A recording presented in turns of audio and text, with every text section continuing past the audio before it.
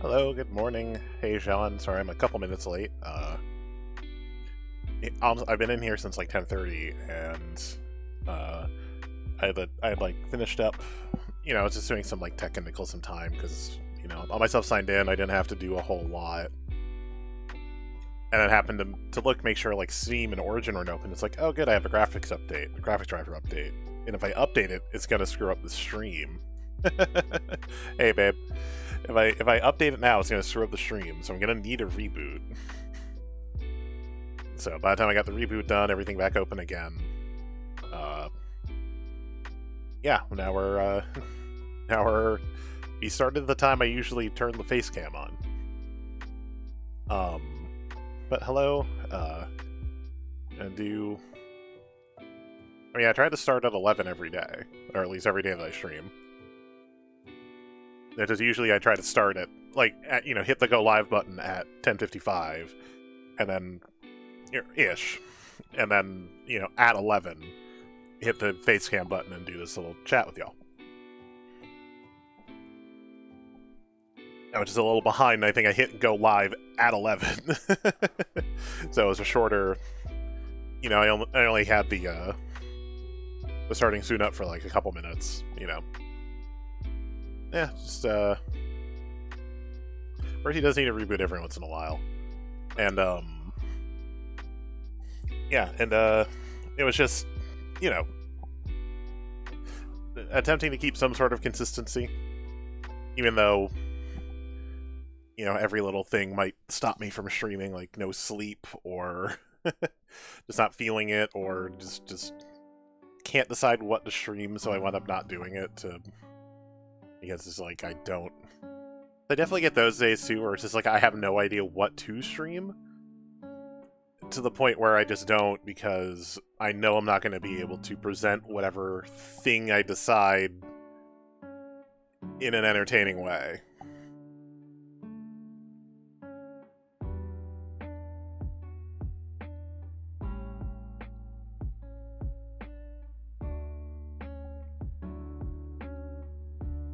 Shoot, there's too much stuff on this desk.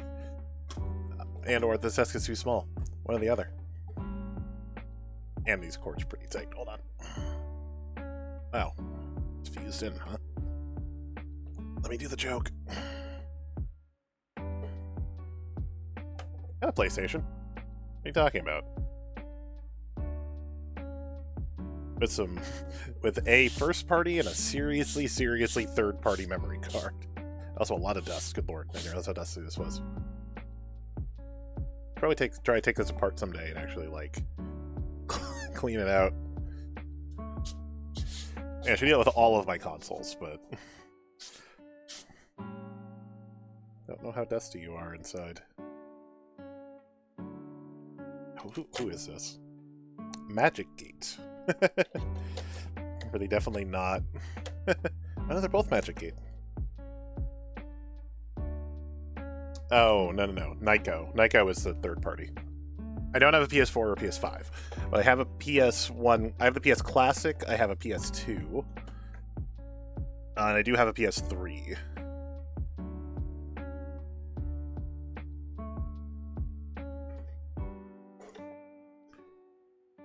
Okay. That PS2 lives there, basically.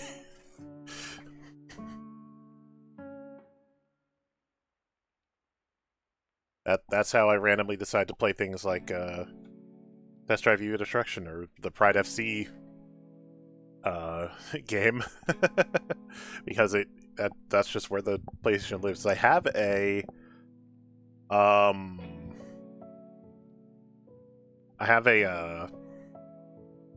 HDMI adapter. So I also have one of those. Actually, I don't think it's in this drawer. I'm looking for nothing. I have one of those just generic like component to composite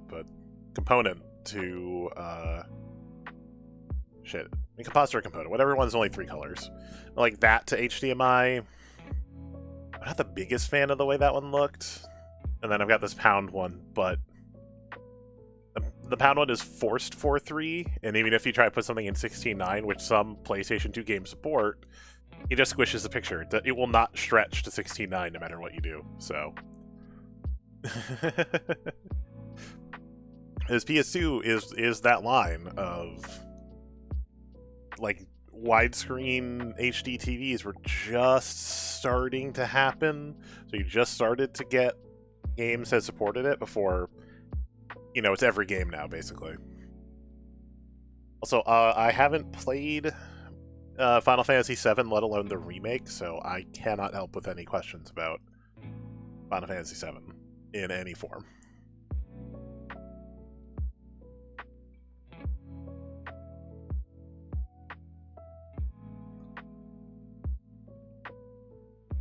Today I had the kind of feels bad of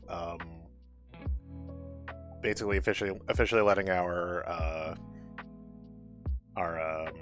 old RT main admin know that we're stepping away. We're leaving RT main. A lot of fun. That's a good thing. But yeah, we're stepping away from RT main. I've alluded to it here and there, I think, but it's just, we've hit a point, both of us, where we just don't watch nor support Rooster Teeth anymore. And it's you know, it's weird to be part of a fan group for anything that you don't support. And there's a lot of things that it came down to, but yeah. It came down to a lot of stuff, but like, I mean, the crunch, I think, was our first kind, at least for me. I won't speak for Joe, but the crunch and the big firings were the first, like, this is not the same company anymore. It was the first, like, this is not the you know, we're just we're a big family and friends, and we hire the fans and etc. that it used to feel like. Like, that was the first kind of, oh no, this is a corporate business now.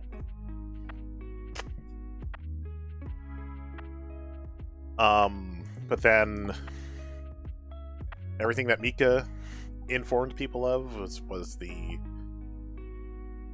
the big, like, back break, I think, for us, of just like, oh, oh, there were bigger problems than we ever thought for them, and then at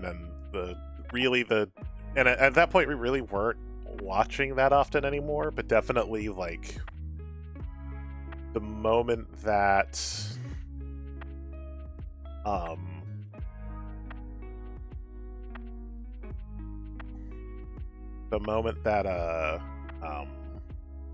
the Ryan Haywood and Adam Kovic stuff came out. Ryan more than Adam, obviously, but Mika Burton, yeah. But the Ryan Haywood and Adam Kovic disaster was just to the point where it's like, we don't support this company going forward. We don't watch any of the new stuff. It's just we've grown out of it. It's just not interesting or funny to us anymore, really. And then when that happened, it's like everything we used to like watching from them is dead to us now. Like, because we don't want to watch anything that Ryan is in, period. So if we're not watching the new stuff, we're not watching the old stuff, we're just not watching the stuff anymore. And beyond all that, like, with Critical Role stuff, D&D stuff, you're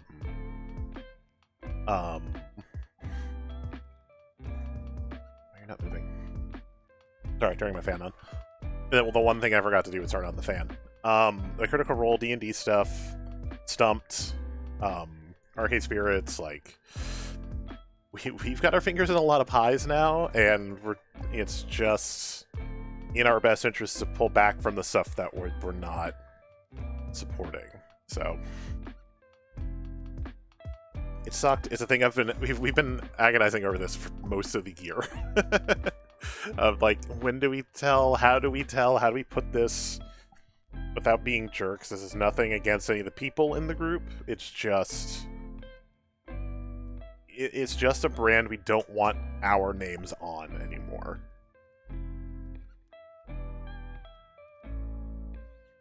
I haven't watched Funhouse in years. I haven't... Like, except for GTA, I don't think I've watched a new Achievement Hunter thing in months, if not a year plus. Like... And really any of the other things they acquired and didn't succeed with, you know? If there was that time, too, where all of a sudden they were like, let's do a Let's Play channel, and just tried to acquire everything they could, and then just kind of did nothing with them. It was weird. It was really weird. Like, I was watching some to play the Battle Sloths game.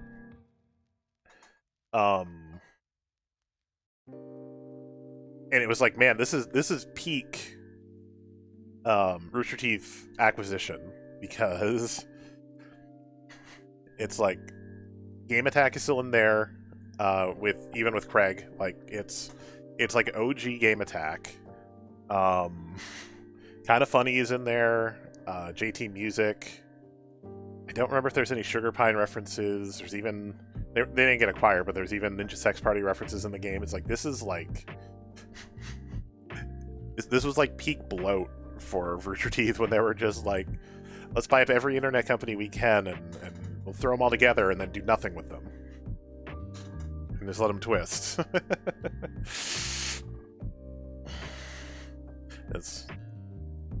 That whole Let's Play concept died within like 2 months, I think. I'm like, well... Oh yeah, and obviously Cow Chop Creatures and Sugar Pine 7 have all actually just died.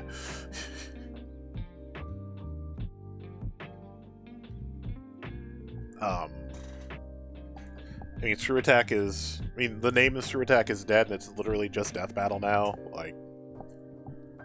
I mean, they bought the creatures, they turned into... You know, it eventually basically became Cow Chop, because they split. The people who stayed with the creatures ended a lot earlier than Cow Chop did. Kind of Funny... I think Kind of Funny was a little separate. I think they stayed an independent entity, but Rooster Teeth like helps them take care of some stuff and host their videos. I think, or at least it used to. I don't know if they fully spun off or not.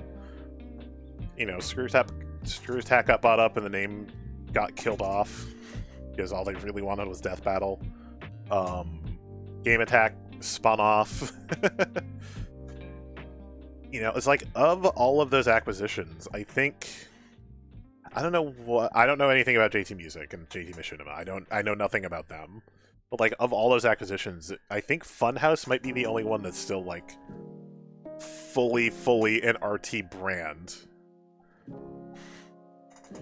I think they just thought that Sugar Pine 7 was funny, so they brought them in. It was weird. That whole situation was strange. But there was definitely well, because, like, again, I don't know that much about JT Machinima and JT Music, but it seemed like that was just music, so... I think they were just trying to diversify. Because this was also... Like, this is when they were pushing movies more. This was when... This is when they were really cranking on games. This is when we got Ruby Grim Eclipse. This is when they were trying board games. This is when we got Battle Sloths. Like, that period ended with Vicious Cycle, to the point where... Since that game, the only game I've heard about from Rooster Teeth was remastering Ruby Grim Eclipse, getting a new voice actor for Ryan's role in that game, and that's been it.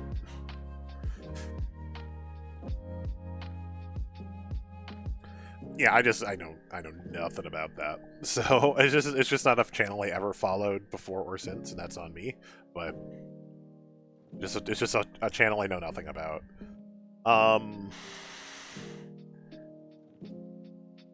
But yeah, so it was kind of a, you know, I sent that like 15 minutes ago, and I got no hard feelings from Caitlin, the admin.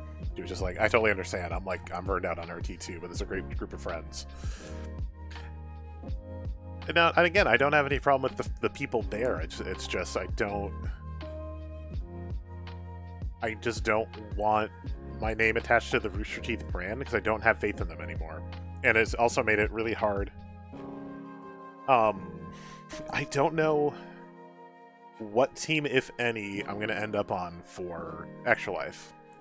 I'm very much debating if I want to do the G1 Game Day team because we're still a Rooster Teeth team. So it's been a debate for me personally. Like, do I want to join up with them? But the money still goes to RT's overall total. Do I just say independent? Do I look for a different team? You know, I don't know. I don't know yet. But so I feel like Game Days we need to branch out beyond just the RT bubble because I feel like that bubble is starting to shrink, and I want us to grow. And if we're keeping ourselves in a shrinking circle, then we're not growing.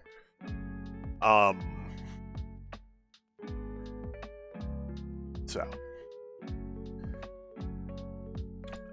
yeah. Beyond that, the milkshake thing I forgot to talk about yesterday that happened on Tuesday. So Joe and I got 5 guys.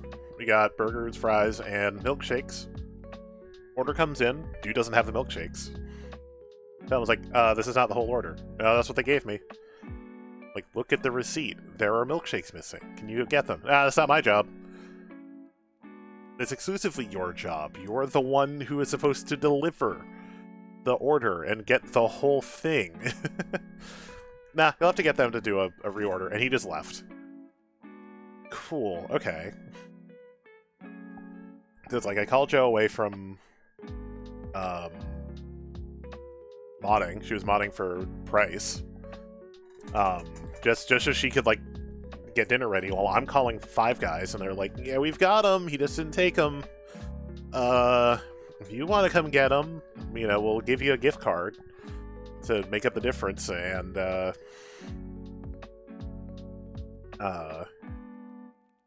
but we don't have a way to do a redelivery. You'll have to call DoorDash.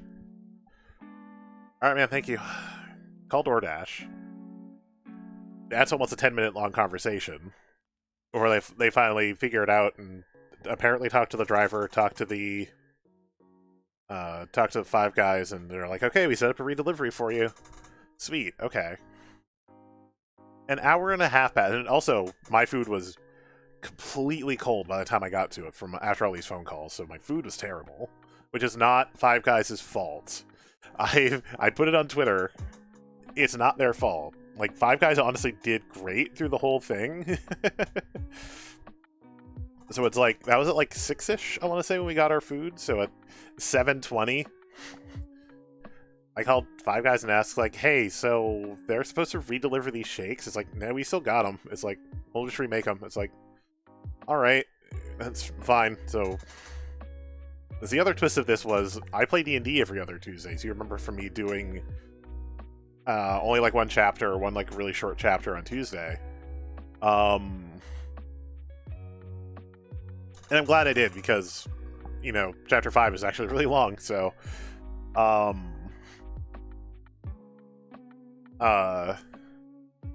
yeah, so we drive there, we get our milkshakes, do not get a gift card. Dude, no one brought up the gift card part to me. And I didn't push the issue. It's like, it's not that big a deal. It wasn't 5 Guys' fault. It really should be, if anyone's gonna make it up, it should be DoorDash. But, like, call DoorDash on the way just to tell them, hey, if you're still actually doing this redelivery, just cancel it.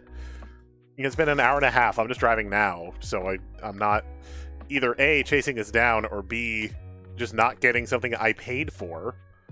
Because the driver was in too much of a hurry to check the receipt and make sure he had everything. So, ultimately, that driver's a dick.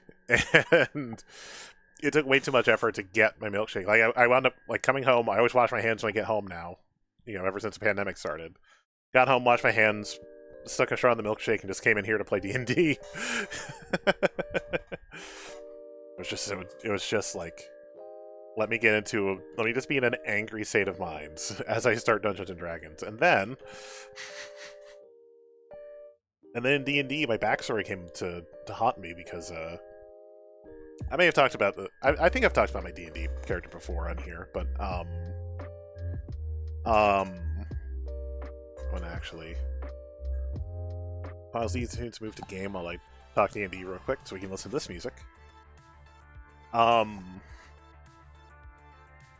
Yeah, so basically the way it works was my character was eventually was being groomed to be a miner in the town, like a town that his people had settled into. He's a like specific type of dragonborn in the Critical Role universe.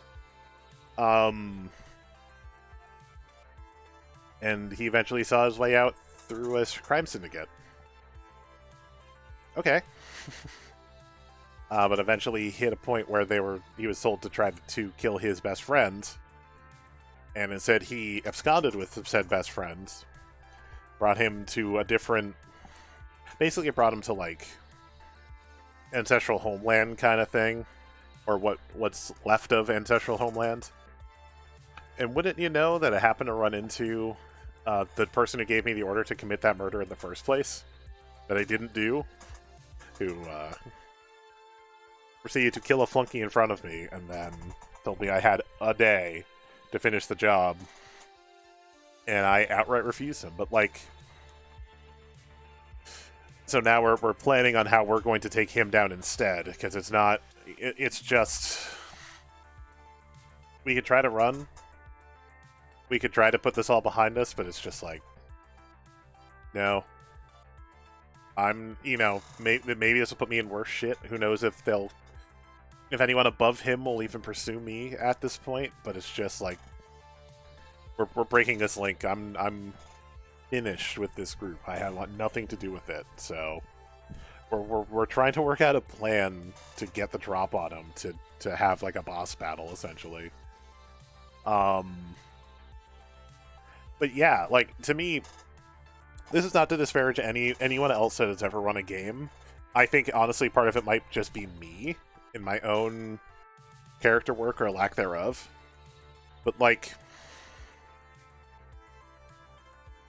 as soon as the DM like said my character name in like that character voice, and like I knew number one, I knew immediately what was happening, and two, I've never had that strong an emotion during a game of Dungeons and Dragons before. I've never had that intense, like, fear and rage, and I've never had that much like intense emotion during a game of D&D. So it is a feather in the cap of my current DM, Trent. But I think it's also just my own. I just think I've gotten better as a D&D player and coming up with a better character. My first character was crap. He had nothing going on. He had no personality. The second one was better. And then I've had like one-shot characters, but you know, I probably don't put enough into one-shot characters as I should. But you know, it's hard to put a lot of life into that kind of character. But yeah, it speaks probably to my own increased ability for roleplay in this scenario.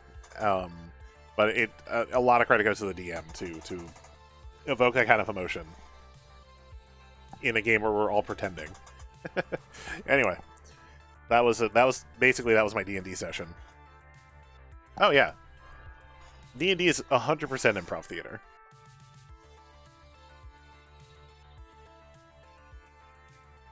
100%, because you never know. Half the time, you don't know what your teammates are going to do.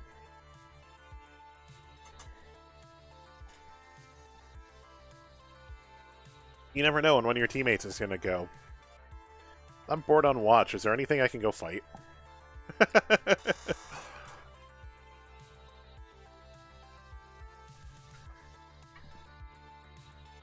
Alright.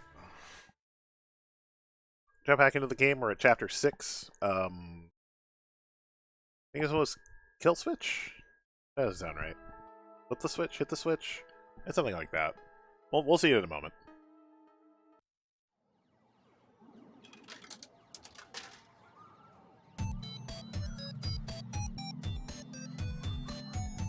So once again, written by Stefan and Anna.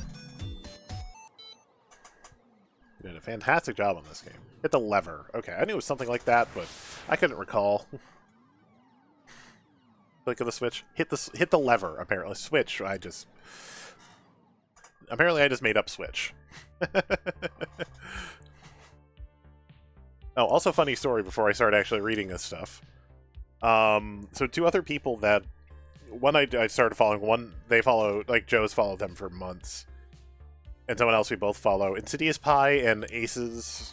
I think it's Aces Playing at Attraction, I think is the whole name. Yes, Sean, exactly, Stumps Anna. They were both playing... Not only were they both playing Arcade Spirits yesterday, they were both on the beach episode. like 3 of us were on the same chapter at the same time. Like, if I had been paying attention to social media, and I don't raid that often, I should raid more often. But, like, honestly, because half the time I just want to go chill. I don't want to, half the time I just go and chill. But,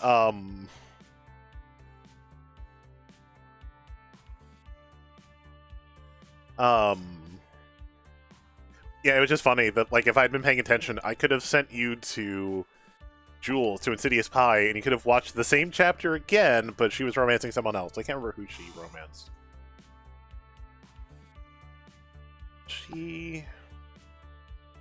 I gotta look. And then I will start reading this, I promise. For half an hour in, I haven't started actually reading this stuff.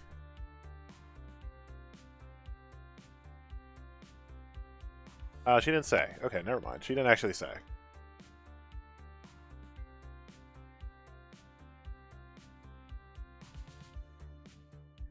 Can't remember if she actually said who she was romancing or not.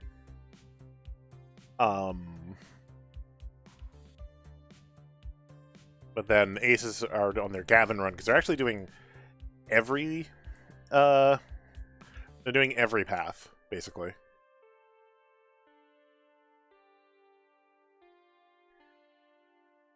Hey, Shiro, I did not need you to specifically tag them.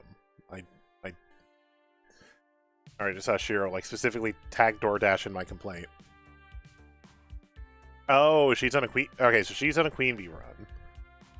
And then Aces are on a Gavin run. But again, I think they're streaming every single ending, so... Anyway, it is future year 20XCX, and my dream has come true. Okay, let's be honest. If you asked me 2 months ago if my dream involved being the event coordinator at a video arcade, I just stared at you kind of funny. Even now it sounds ridiculous. Also, yeah, Emma. I think the way you phonetically spelled it out is pretty accurate. Even now it sounds ridiculous, but it's true. I'm here. I'm successful, and I'm happy. And this is my dream. Ever since G1 Game Day, business has been booming. The Funplex is packed with players day in, day out. Kids, teens, the college crowd, the nostalgic ones looking for old games they remember. Oh, Gavin is our last run? Nice. I've run 3 events so far. We've started rotating our games out of storage and into play to keep things fresh. High scoreboards are constantly shifting. In fact, things are going so well, Gavin's hinted that maybe we should start looking into a second location. Yeah, this will always be home. Seeing the smiles on coworkers and gamers alike, watching my friends laugh and play in good spirits, that's working for me and it's bringing me joy in turn. I won't argue why. In fact, I barely understand why. But I'm happy. And that's better than I've been in years of going with the flow. Going with the flow never brought me this much enjoyment. I'd say by this point I've soundly broken the family curse. Maybe everything doesn't have to fall apart from under me. Maybe I can just be happy. Maybe this is where I'm meant to be. Sign here, please. Huh? Bicycle Messenger nudges a slim envelope my way again, trying to catch my attention. I snapped out of my happy little trance immediately. Oh, right. No problem. After jotting down my signature, he drops off the envelope and heads right out the door. No time for Moopy or a round of pinball, it seems. Deliveries to make. Curious, I open it up. Dan, you are cordially invited to dine and discuss business matters at Deko's Palace with CEO Deko Nami. Meeting time will be 7 in the evening sharp. You may bring a guest of your choosing. Free royal value swipe card available for enjoyment of games prior to meeting. What? I read through it a few more times, trying to parse all the curlicues and swirls and swooshes, although that doesn't clear my confusion of the whole matter. Soon, Francine looks up from her knitting, curious about the letter as well, although she seems to already have an idea of what it says. I suppose it's about that time, isn't it? Huh? Oh, dear. Time for that fellow to make another attempt at wooing me. Double, huh? Rather at wooing my beloved Funplex. Let me guess. Deko Nami of Deko's Palace sent you a fancy invitation with all sorts of fancy writing. That's accurate, yes. It's not the first time. He invited my dear Frederick and I over in 1980X to talk about selling the Funplex, and we turned him down flat.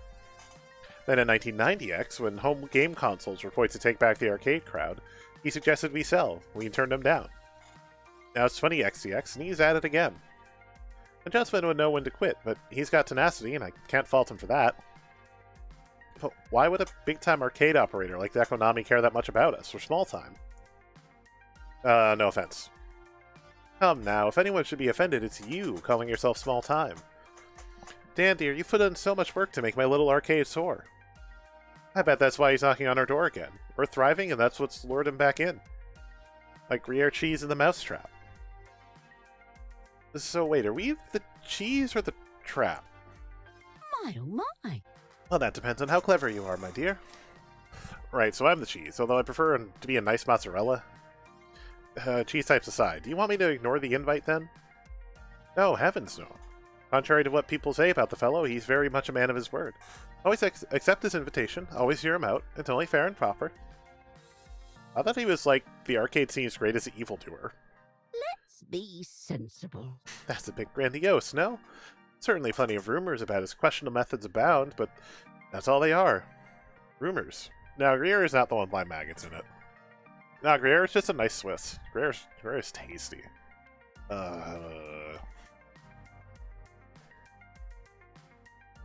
Kazu Martsu is the cheese with maggots in it.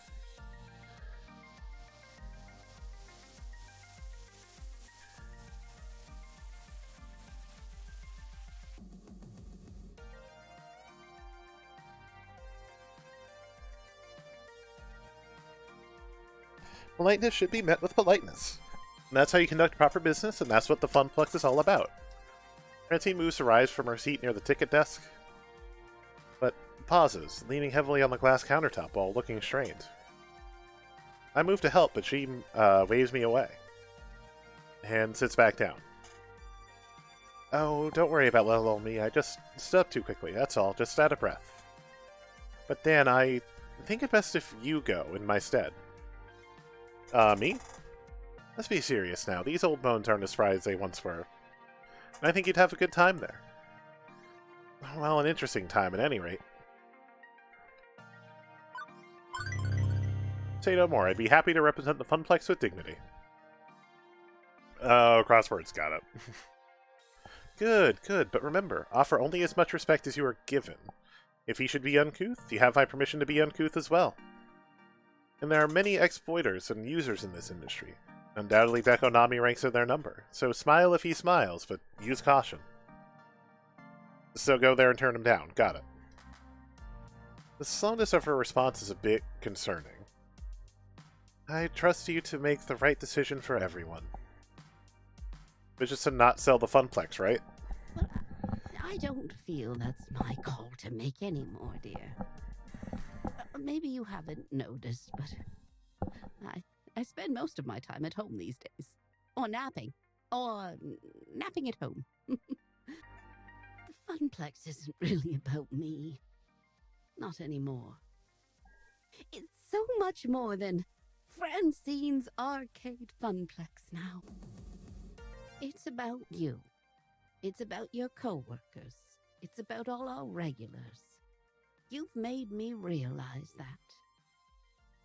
And I'm thankful.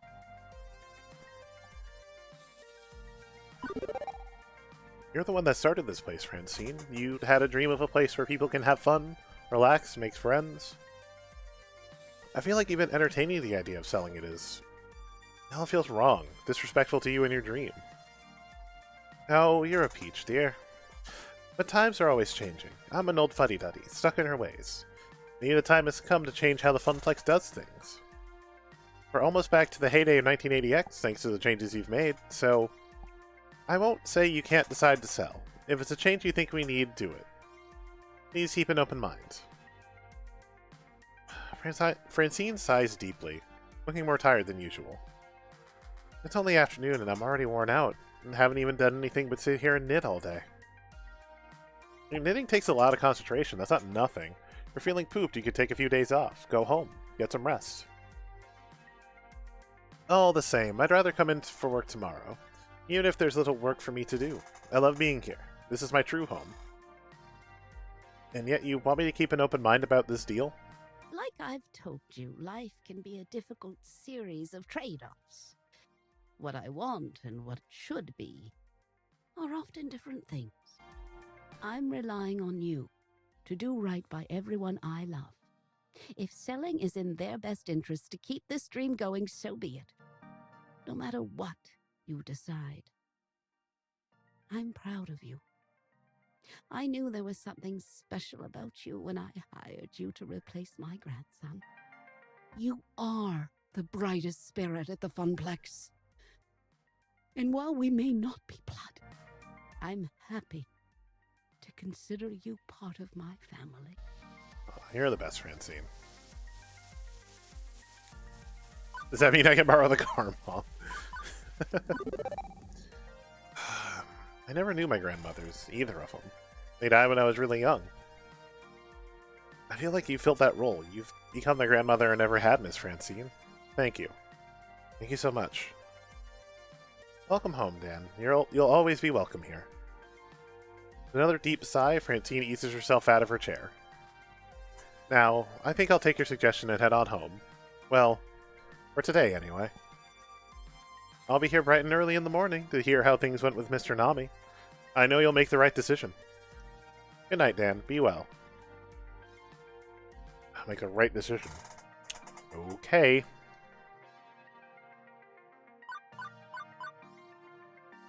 I just can't see it. God. Alright, hello, Lincoln Park. If we sell out, well, I've tried so hard, I've gone so far, and in the end, it doesn't even matter? That's what old Dan would have said, that everything is going to collapse in on itself, so why get emotionally invested? But new Dan grabs onto what he wants with both hands and does not let go. If Francine wants me to hear him out, okay. I seriously doubt this will change my mind. Who do I want to take as my +1? Beep beep. Huh? You want to come as my date? I'm your girl Friday, but I'm afraid you're not my type. My type being USB compatible, of course. I sensed you were in a state of deep ponderance and wanted to help. Are you thinking of who to take to the meeting? Yeah, I mean, Ashley's the obvious choice. I'm sure she'd have some opinions on Deco's Palace. True, as part of the Funplex family, Ashley would be a good pick. But this is a business meeting. You may want to consider widening your options. Ashley will support your decision either way. It's clear she trusts you. True. Okay, then. I'm assuming Friday might be a reference to Dragnet? Maybe?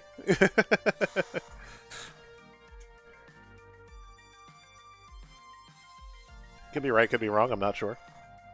True. Okay, then.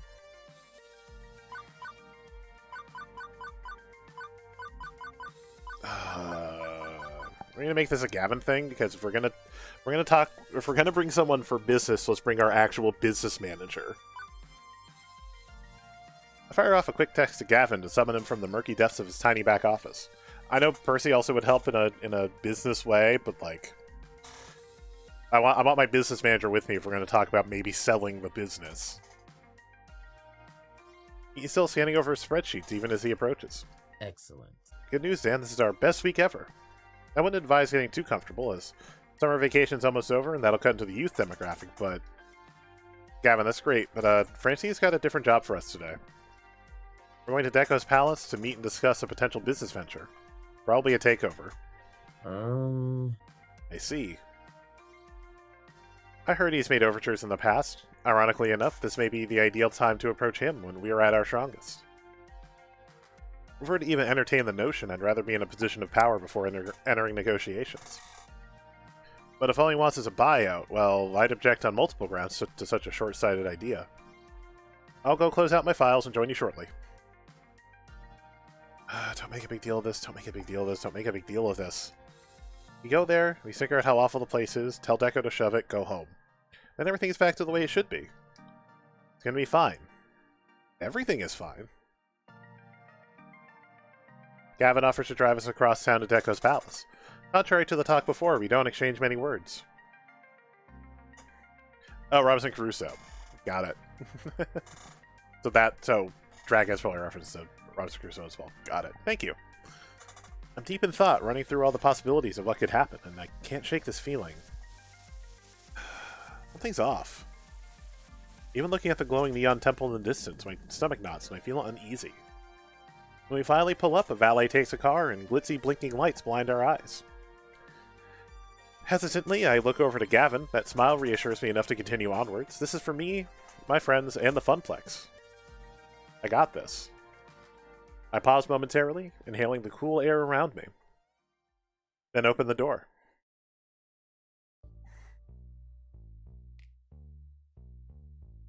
And it's a round one. Seriously, if you've never been to a round one, the only thing missing here, besides the whole thing being a lot darker, is a bowling alley. This is just a round one. Deco's Palace.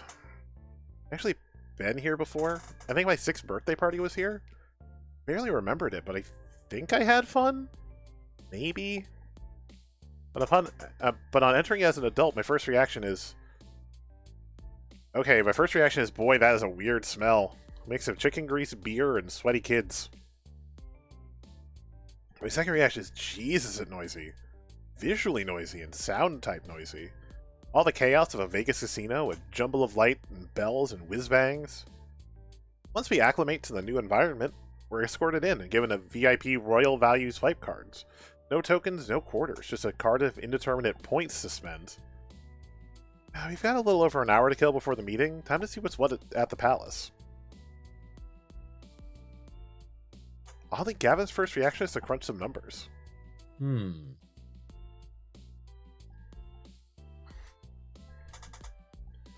Based on the conversion ratio of swipe card points to real-world dollars. Very interesting. Variable game pricing, variable bonus points, some more money you spend. Differing EV from game to game, likely adjusted based on popularity and payout. I can see why Deco's Palace is a profit fountain. They obfuscate how much you're actually spending here, to keep you from realizing how expensive it all is.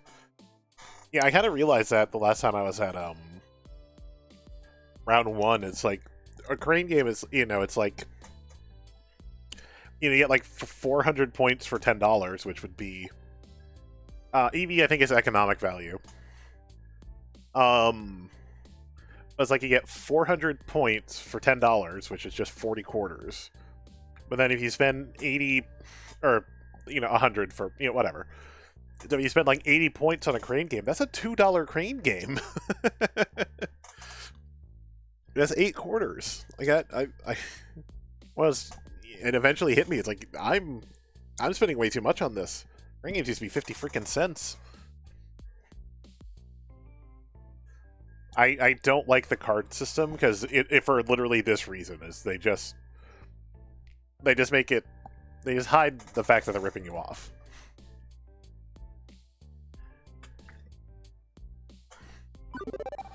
I don't like it, not one bit. Token's a token, a quarter's a quarter. Using points to trick people into overspending is blatant profiteering. It's not like kids are busting out calculators trying to make sure they aren't wasting all their money on a crappy game.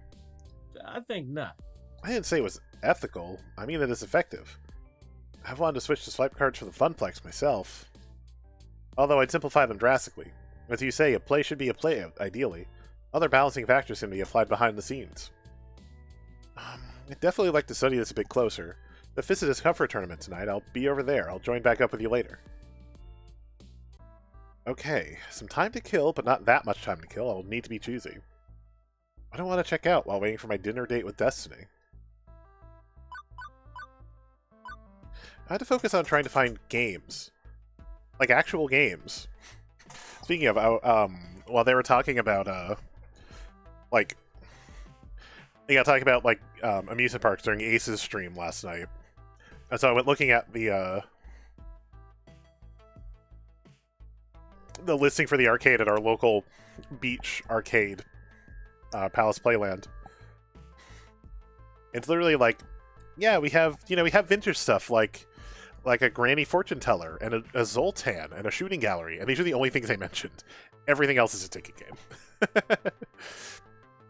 So, like, our local like beachfront arcade attached to an amusement park is exactly the same as the one in the last chapter. Except the whole place is basically full of slot machines. They're in different shapes, sizes, and colors. None have a traditional one-armed bandit look to avoid running afoul of legal issues. They're still slot machines.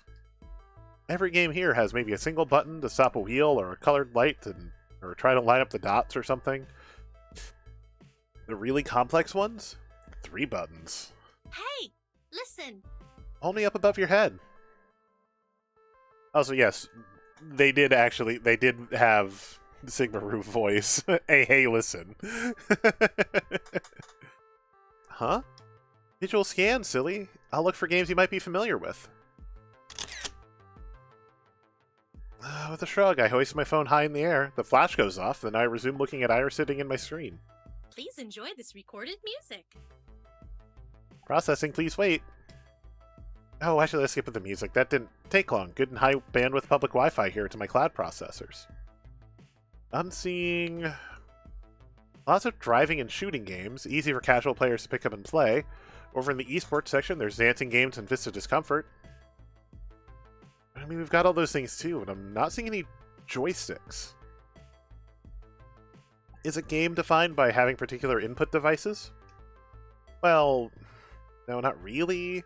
I know most modern gamers are touchscreen based and so on, but I don't know, it doesn't feel like an arcade without a stick or two. Oh, I found something. Back of that section over there with the green lighting. Head that way. That way. I weave my way through the crowd, past endless color cycler ticket games, past crane games, past light stackers, past games based on popular game shows. I will say my favorite thing in the arcade is a crane game. I love a good UFO catcher, and when I was growing up, my grandparents used to have breakfast at this one. It was a gas station. It was supposed to be a truck stop, but from what I hear, the owner had painted the ceiling of the overpass for the gas. He painted it white, and then he didn't like how black it was getting from all the smoke from the trucks, so he took out the diesel, and it's not a truck stop anymore. It's just a gas station. Gas station with an attached restaurant, or it used to be, and now, like another company has bought it out. So it's it's a different menu. They made the restaurant part a lot bigger, but they always used to have a crane game in the back that they actually kept pretty fair. Honestly, I'd win stuff from that all the time. Like it wasn't as rigged as a lot of crane games can be. So my grandparents would give me a few bucks to go play the crane game if I was looking particularly bored listening to all the seniors talking. At one point I've lost them all in a move, or I gave it a Goodwill or something, but I used to have like a Sonic, a Knuckles, a Tails, a Shadow. Pretty sure I had a Shadow. All from this crane machine. So UFO catchers are always a favorite of mine. I used to also have like all of the Angry Birds that I got from Old Orchard, from another one that was relatively fair, but I might still have one of them left, because who cares about Angry Birds anymore? It's not something I've held on to. But it's fun to get a little prize. Anyway. But what I do find is Mr. Moopy's Magic Maze? I'm gonna have to tell Percy about this when I get back. I'll be happy to know there's more than one Moopy in the neighborhood. Except... Wait, it's only got one button? No joystick at all? Researching, one moment. Curious, I swipe my card through the slot and push the button. And Moopy runs the maze by himself, or tries to anyway, before running headfirst into a monster and dying. Machine spits out 3 measly tickets and suggests I swipe again for another try. Moopy's Super Maze, created in 2000X. The company bought the rights to the expired rights in the Moopy brand and developed a game of chance with it. Shit, that's weak. Teenager puts her deco playing card on the cabinet and taps me on the shoulder, drawing my attention. What's up? Hey, I'm calling next, okay? Yeah, whatever, knock yourself out. Thanks, I'm the master of this game, you know? The master. Here's the time when you push the button, you'll avoid the nasties that way. Not great for tickets, no, not great, but it's Moopy's, that's cool, yeah? Old school represent. God, I was literally gonna say she's gonna fist bump, and then she actually went for it. She sends a fist to me, and I look awkwardly at her for a second before I realize I'm supposed to fist bump. Maybe I have to play a real Mr. Moopy's Magic Maze, a real deal. I always wanted to. Yeah, I guess I had a 30th anniversary concert yesterday for Sonic.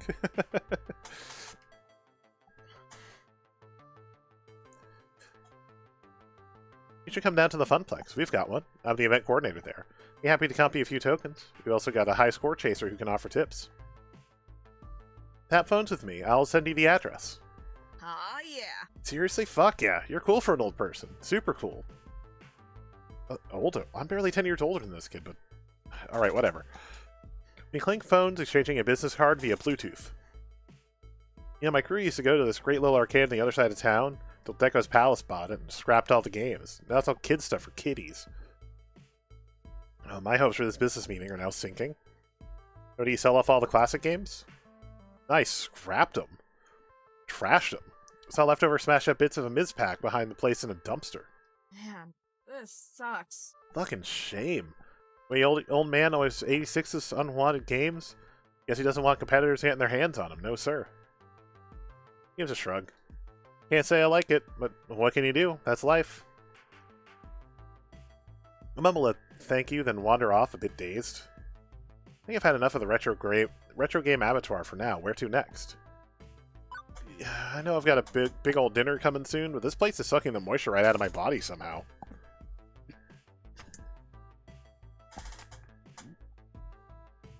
I sidle up to the bar looking to wet my whistle, and maybe get a snack too. It's just a term of respect, Sean.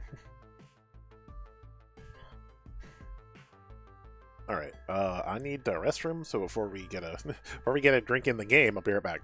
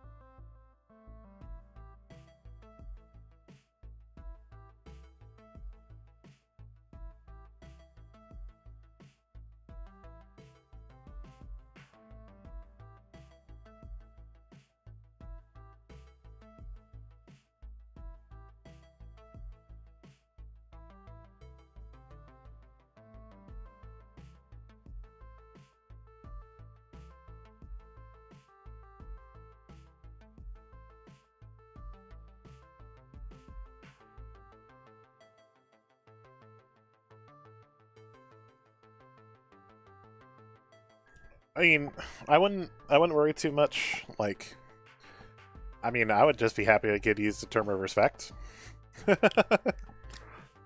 Means I could be. Oh. Stuff under my desk is hitting my camera, so move some stuff around here. Yeah, Alright, get back to it. The chair is settled. Can you get chair? Alright. I sidled up to the bar, looking to wet my whistle. And maybe get a snack, too.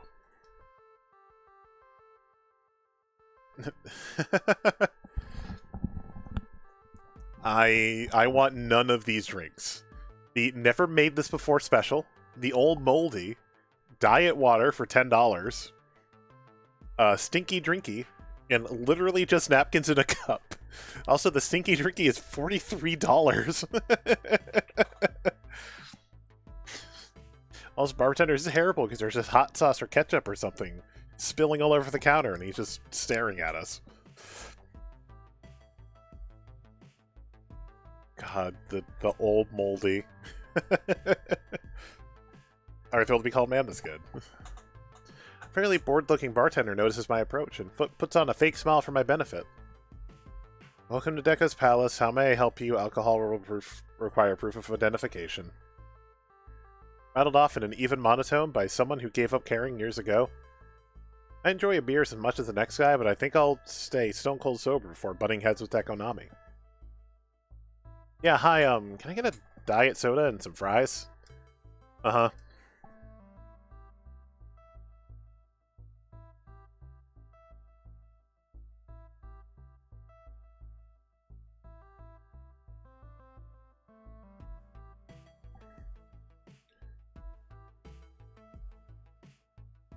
Right.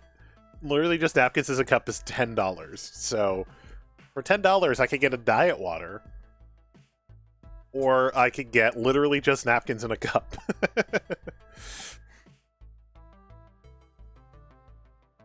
Surprised we're getting fries, really?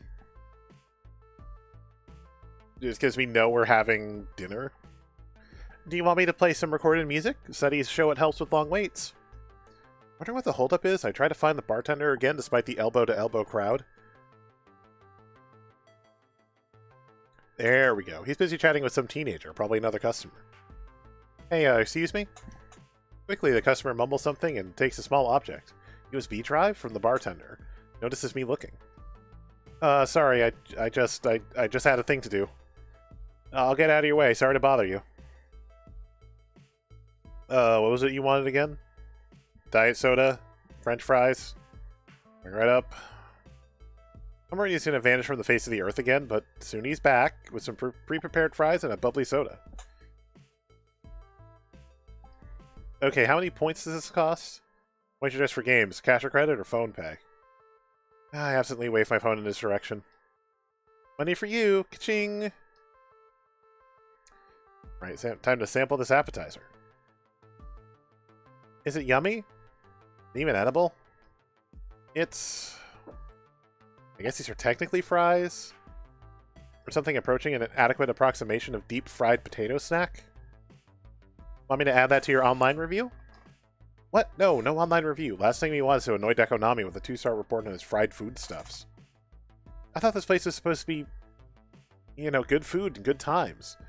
Not plausibly acceptable food and yet to be had good times. Weirdly enough, I did a search, and there's not a single negative review of the food here. Oh, I know. More than half of these reviews were written by bots. I can tell the earmarks, one AI to another. I recognize it like heuristic patterns. I probably pronounced that word wrong. So he stuffs his own electronic ballot boxes. Who is this guy? A tin pot dictator? Well, that's a weird thing. The sites I'm checking have really good anti-bot control mechanisms. Like, I can't even post to some of them, and I'm super awesome. Aged water. Nice.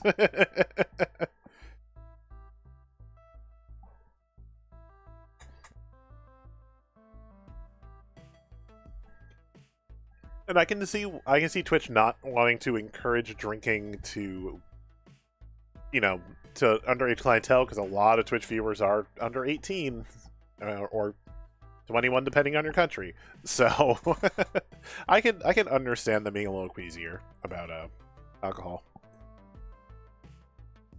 But we're not having alcohol. We're just having a diet soda. And we're definitely not having any of that They're not having any of that age or stinky drinky or literally just napkins in a cup. Also, hey.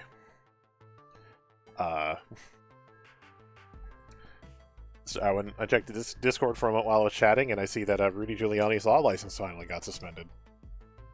So he is now actually useless. Ooh, and I'm going to be busy.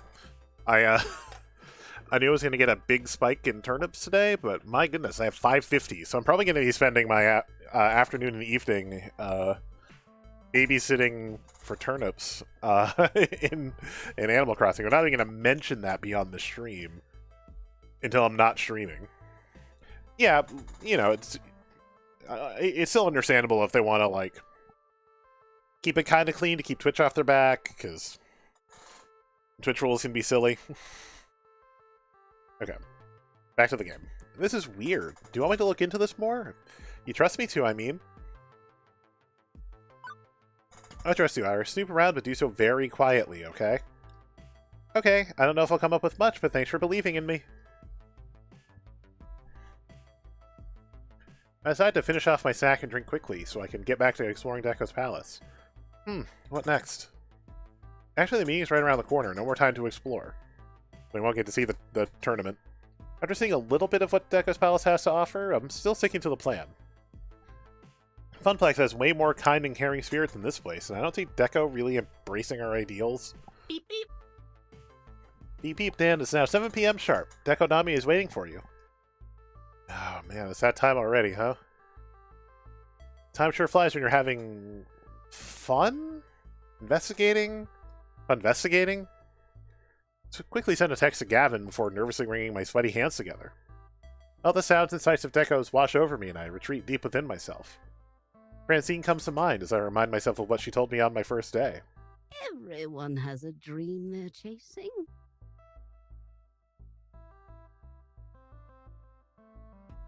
No doubt you'll find yours as well. I thought she was going to finish the line and she didn't. It gives me a momentary respite and I smile. I know exactly what must be done and I'm going to go in there and do it. I think reviews on like everything are usually pretty fake, except unless, you know, unless someone has like the photographs to prove that it's real. Now I want to check something. I'm sorry. I'm getting distracted. I'm bridging the gap between aces and probably other people who focus on the game, because my focus is bad. I want to see if they actually posted my review on that swimsuit. They did. I'm amazed. I'm amazed that they didn't. Oh, someone said it wasn't helpful. Yay. They're too big.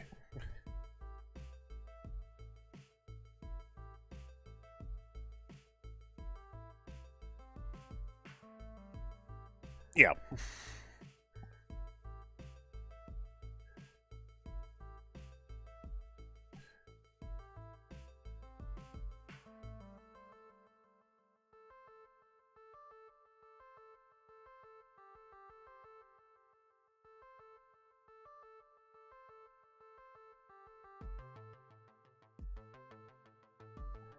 Okay.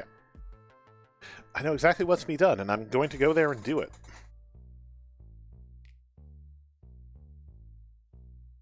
And we're meeting in the party area.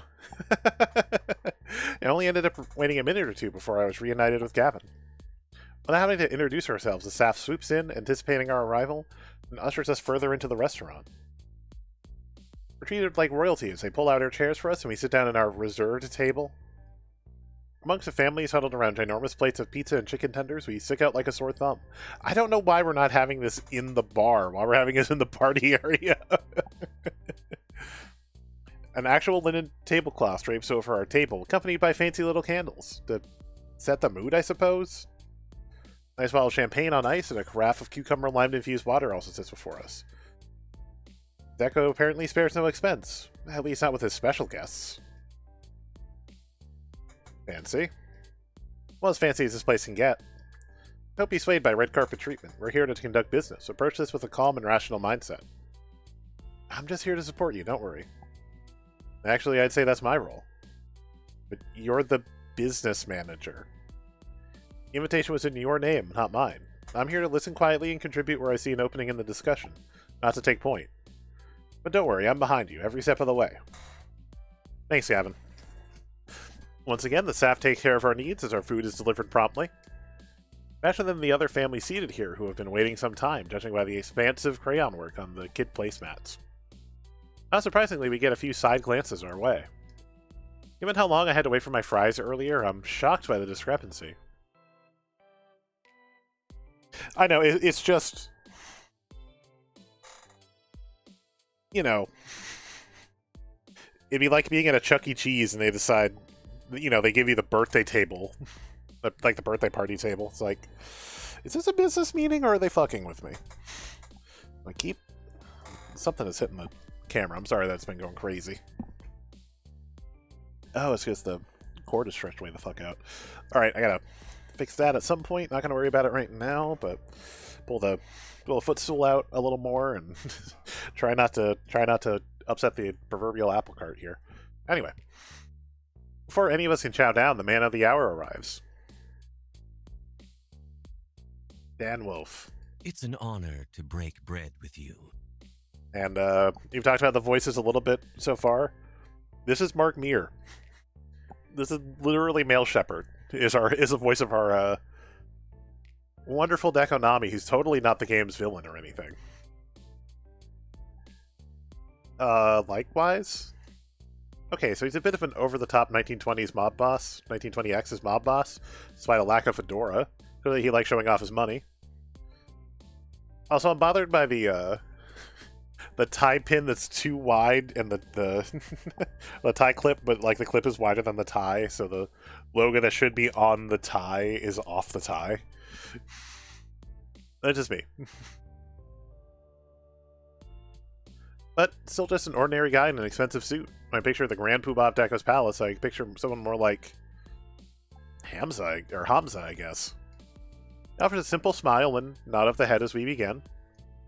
It's a shame Miss Francine couldn't join us. I was looking forward to enjoying her sweet smile once more. But that said, I'm always happy to meet with, Gavin Cooper, business manager from the Funplex. Excellent, excellent. I was hoping to meet with you as well. I take it Francine has kept you up to speed and explained our prior meetings to you? Yeah, she's mentioned that you want to buy the Funplex and that she's politely declined. Always a courteous woman she is. Now, I don't feel I need to waste your time with the facts and figures illustrating why Deko's Palace is and always has been the premier family entertainment arcade. Both of you are intimately familiar with the arcade industry. You know how things are, how they'll always be. We are the 800-pound gorilla. That's a big gorilla. Hmm. Indeed. But that doesn't mean there isn't room for smaller, more boutique affairs such as the Funplex. Boutique, he says. I should probably feel insulted by that. Let me explain. Frankly, the winds of change are blowing. Smaller arcades need to move with the times or be swept aside. I want to help you evolve. What I'd like to propose is a change of ownership. In return for a very generous compensation package, one Miss Francine can easily retire on for the rest of her years. I would take over ownership of the Funplex to evolve it into its final form, Deko's Fun Zone. What's a fun zone? Think about this. A fun zone is a new concept I've been trying at some of my smaller satellite locations, a best of both worlds scenario. Honestly, the Funplex is simply too limited in size to host a full Deko's Palace experience of fun, family, food, and excitement. But that's not necessarily a bad thing. Instead of installing a restaurant or bar, we simply focus on your strength, your games. You become a game center rather than a palace. We need to replace some of your outdated machines, of course, bringing it up to speed with the standards of excellent Deko's Palace is known for. But overall, I think this would be a win for all involved. And he sits back, resting his hands on the knob of his cane, smiling away. Okay, I have questions. And I have answers. Let's see if they match up.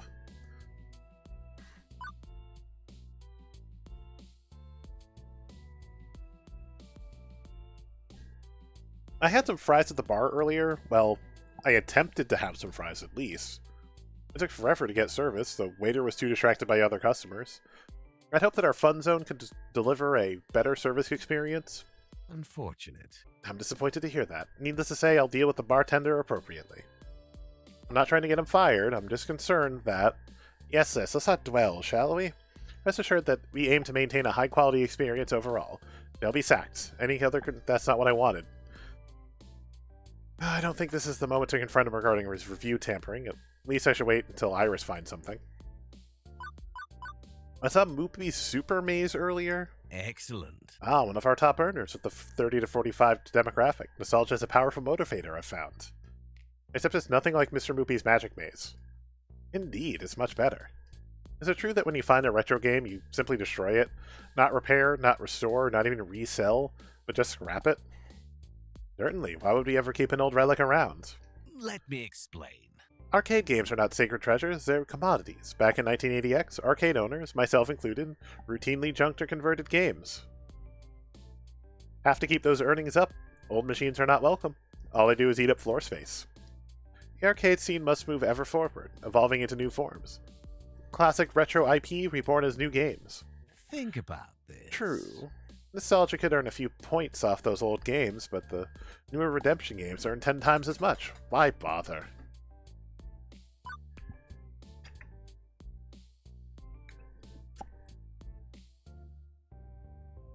Very close to swallowing water down the wrong pipe.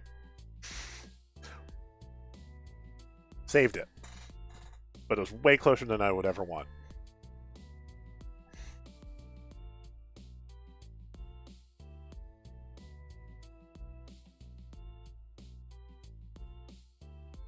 Okay. New management means new staffing. What about the staff you already have? Good, good. I firmly believe you have a long and storied career ahead of you in arcade management, Mr. Wolf. I've heard nothing but good things about you from my various field scouts and contacts. The fact that you landed on my radar at all indicates your rising importance in our industry. You should be proud of that. Okay, but that still doesn't answer my question. What about the others? Well, Mr. Cooper is a capable accountant, so I'm certain he'd be welcome in the new facility. But we can hash out the staffing later on after settling the bigger picture questions. No. Let's talk creative control. I've been developing new sorts of arcade events, competitions, other things to get people in the door. Would we still be able to direct our own affairs like that, even under a change of ownership? Let me explain. Mr. Wolf, obviously I value your expertise on these matters and would be happy to consult with you on the best direction for the fun zone. That's not answering the question.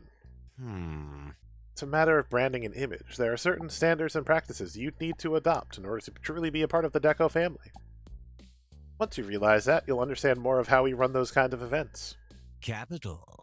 It's nothing too onerous, and really we need to look at the bigger picture, the chance for growth and profit. Don't worry about such petty little things for now. I think that's just all I got. Excellent. I suggest I suggest we shake on it and set our various lawyers to the task of sorting out the specifics. You go ahead and take it, Markmere. He rises to his feet, extending a hand bristling with shiny rings to shake mine. I can't imagine being the guy who wears like 10 rings. I only get like maybe a ring for my right hand, so it's not just my left, but like I couldn't imagine. Every hand needs a ring. I'd assume this was a definite no from word 1. It still feels like a no. Am I really going to shake that hand?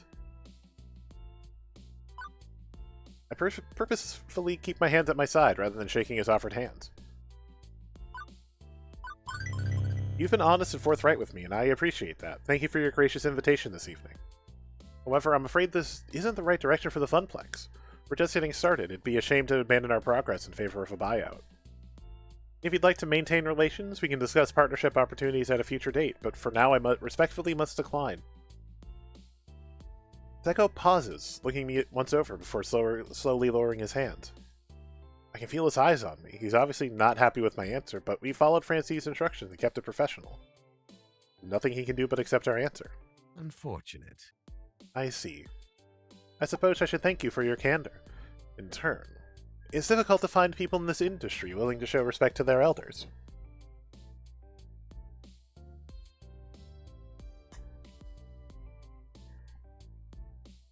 I'm not closing the door on the idea of a partnership, mind you, but if you'd like to go it alone for now, who am I to get in the way of that? You're a jerk, is who you are. As he rises up from his chair, he takes a deep breath in. He turns away for a split second before rounding back and looking me dead in the eyes. But be aware. If we are not partners, we must be rivals. Yeah, that's also not accurate, but It'll sure. bring me no particular pleasure, but I'm afraid that I cannot allow a rival. I am obligated to bring the full weight of the palace to bear on you. Also, I feel like I didn't notice how much of a comb-over his hair is. It's finally like, oh. Hopefully, one day you'll realize the error you've made tonight. And, as a sign of respect, your personal offer to join my empire will remain open, so you can escape the inevitable fall of your little arcade. Once more, Deco turns sharply on his walking cane and walks away from the table. Impressive. Not bad. Not bad at all. You showed admirable restraint. We made our intentions clear while leaving the door open should conditions change in the future. Thank you. Most importantly, you've protected the dream of your friends. You've done far better than I have over the years, Stan. Thank you. Can I breathe now? That was so damn stressful. By all means, breathe. I had a huge sigh of relief, and Gavin chuckles lightly. And now, let's make our way back to the Funplex. I don't see any reason to outstay our welcome. With Deco hosting us, we don't have to worry about paying the check. You drop a quick tip on the table for the waitstaff and quickly abandon ship. We scoot out the door, and from there, it's just a short jaunt across town back to home sweet home. So there, now at least Gavin is up with everybody else.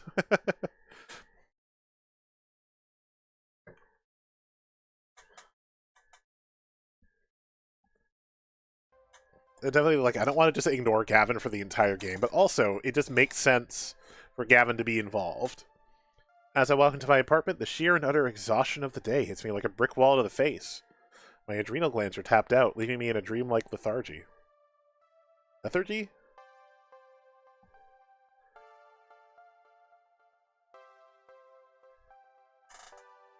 I'm sure it's pronounced one of those ways. Or there's a third way that I don't know about. I can't help but sigh as I just stand there, my body too drained to move. Reflecting on how the evening's events transpired, I realize this day entirely kicked my ass. I did my best not to make enemies, but I'm guessing we made a powerful one anyway, despite my diplomatic efforts. I continue to anxiety loop, replaying every moment in my head. Something steals my attention, a shimmering beam of hope and happiness. My best friend, Juniper. She's sitting on the couch, scribbling away in a sketchbook, probably working on some designs for her freelance contracts. She's been so happy ever since leaving that office, and her enjoyment testifies upon noticing me standing in the room. So, how was work today? Well, it was a day, certainly. The condensed version is that Dekonami wanted to buy the Funplex, and Francine asked me to go negotiate. What? Deco? As in Deco's Palace Deco? The one and only. Whoa. Oh, well, how'd that go? I gave him the thanks but no thanks very politely. I mean, he still vowed to annihilate us, but at least he was sort of nice about it and promised me a job after he destroys all I hold dear. Ooh. Yikes. Yikes indeed. But hey, that's a good thing. It means he's scared. He wouldn't have tried to woo you to his side if he wasn't worried about what the Funplex would become. Trying to see the positive. I guess, but it's still worrying. Hi, Finn. This is a visual novel. This is Arcade Spirits. If you care about the story, we are on chapter 6. We're on chapter 6, so we're getting pretty far into the game if you care about the story. I understand if people don't want to jump in that late to a story, but we're getting kind of close to actually getting a villain, finally. Spoilers. If you couldn't tell.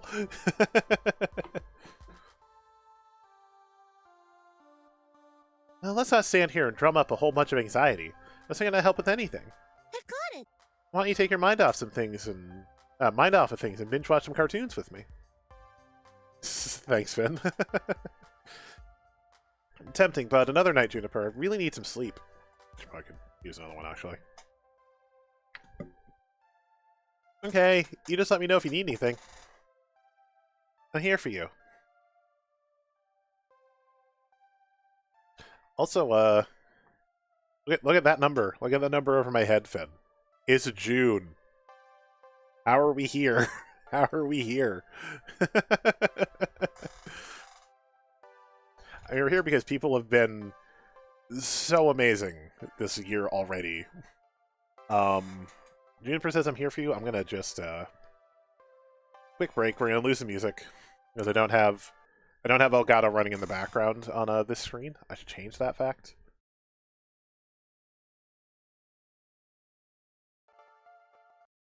If I hide it, you can't hear it anymore.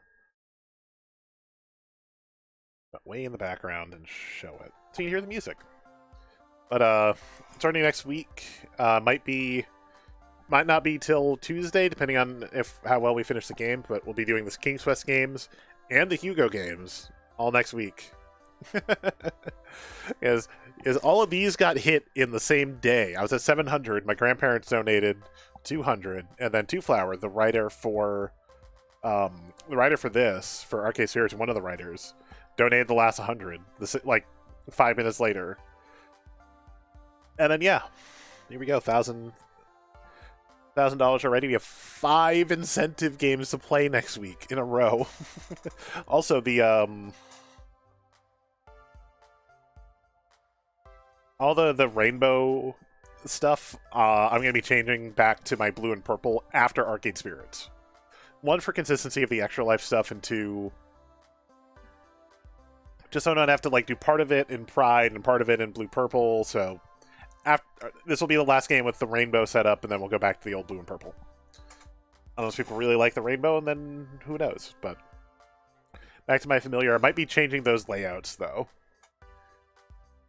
I might play with the actual layouts a bit, because I kind of like this very minimal set I've got right now, but I miss having some info on the screen, so it's a thing we gotta play with. But until then, Juniper is here for us. I smiled back at Juniper before retiring to bed, and then I pass out immediately. Oh no, we still get this shot. I lay in bed, eyes wide open, staring at the ceiling above me. After trying various ways of forcing myself to sleep. Nope, not working. Can't sleep. Oh, also to answer your question, I have tried Knockout City. I enjoy it, but I haven't played it in a bit. I like it, but it's one of those I think I'd rather play with friends than just play by myself. Well, Finn's good to see you. Thanks for stopping by. I know, you know me, I play all sorts of stuff. Down to play? Yeah, maybe we can play sometime. It hasn't hit me like Apex. Apex is I'll drop in whenever. It's more for competitive game. It's more down towards Fall Guys, where I don't really like playing it alone anymore. So it's just down to finding people who want to play. Also, yeah, have a good one. Thanks for stopping by. And I lay in bed, eyes wide open, staring at the ceiling above me. After trying various ways of forcing myself to sleep. Nope, not working. Can't sleep. I hate insomnia. I also hate accidentally skipping the text. I hate insomnia. Once you start worrying about being unable to fall asleep, the worry feeds on itself until you're actively stopping yourself from resting. A vicious cycle. I sigh heavily, feeling the weight of my decision dragging me down. God, I hope I did the right thing tonight. My phone lights up as Iris' sensors detect conversation. Dan, you want to chat? No, I want to sleep, but I can't, so hey. Would you enjoy some recorded music? Maybe something relaxing. Yeah, can you play chill beats to break through terrible thoughts to? Sweet. Okay. Also, the lo-fi beats to study to guy, or the guy who has those videos on YouTube, has said, "Hey, we're all royalty free now. If you want to play, just make sure to reference that it's us, and you're allowed to." But I use other ones that are just that. I use other ones. All right. Apparently, my bladder hates me every time I get into this chair. Now I'll be right back.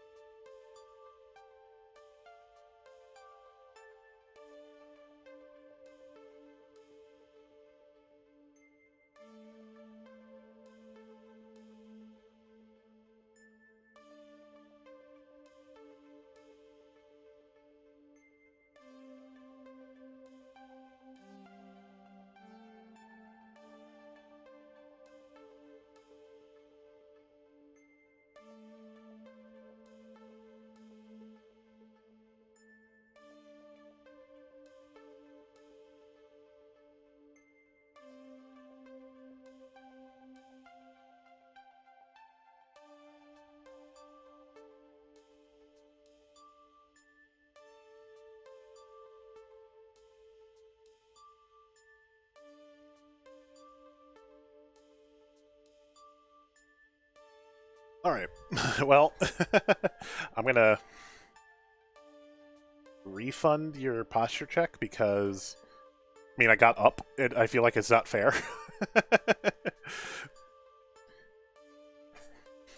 You got your points back for the posture check, because it doesn't make sense to be like, yeah, I did it because I stood up and then I sat down again. I just can't shake this feeling that I'm standing on a precipice right in front of this big dark hole. It's weird because I still think that I made the right call, but if I'm confident in that, why do I feel like I'm about to fall?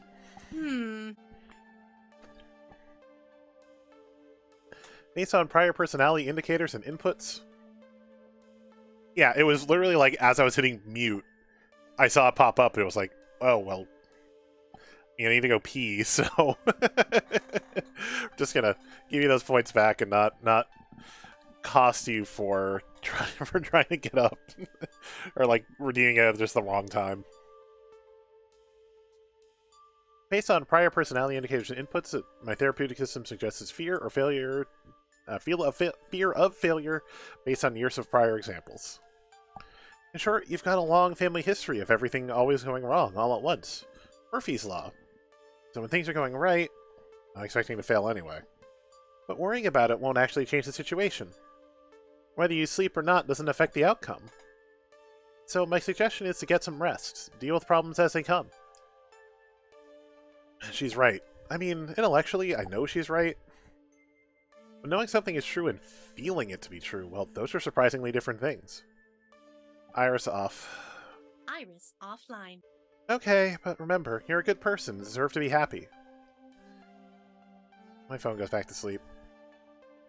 And I do not. Some hours later, my body just passes out on its own. I vaguely recall my alarm going off a few times, but under protest of its mistreatment, my flesh refuses to submit to its siren song. Meaning it's nearly noon when I finally arouse, having completely overslept and missed half a day of work. In a panic, I get dressed and hop a late bus to the Funplex, grumbling all the way. I opt to ignore the pile of waiting notifications on my phone. Whatever it is, I'm in too much of a hurry. I'll check them after getting to the Funplex.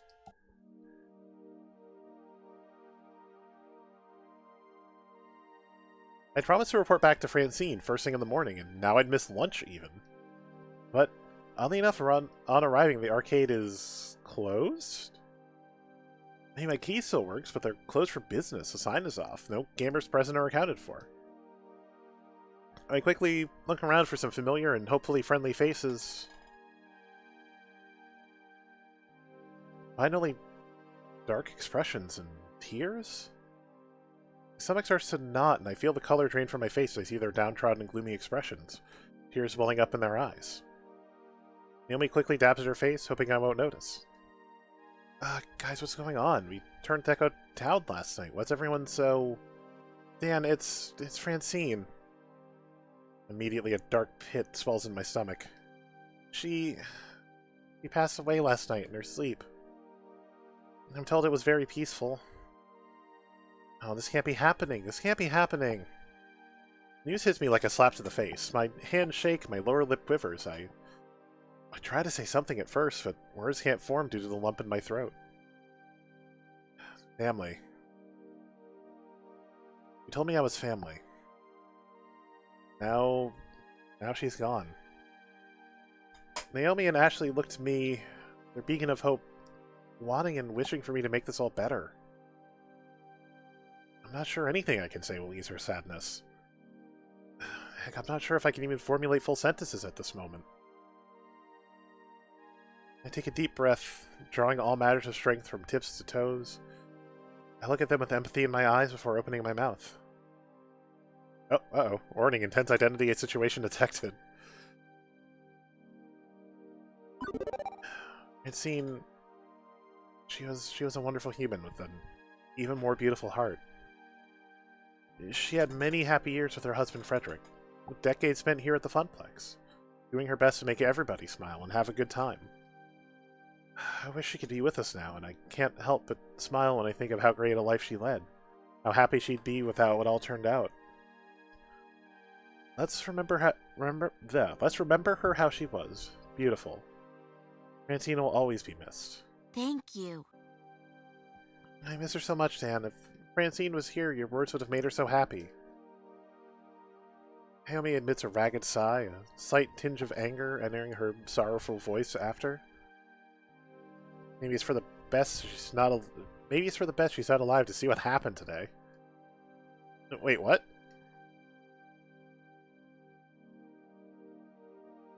Before I can get an answer, my attention is drawn by two people emerging from the back offices. I turn my head to see who it is.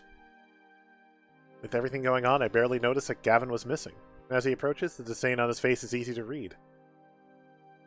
I mean, how and why are both because she was old? Just natural causes. You can kind of see that, like, it's foreshadowed a little bit in the last scene we get with her when she struggles to get out of her chair.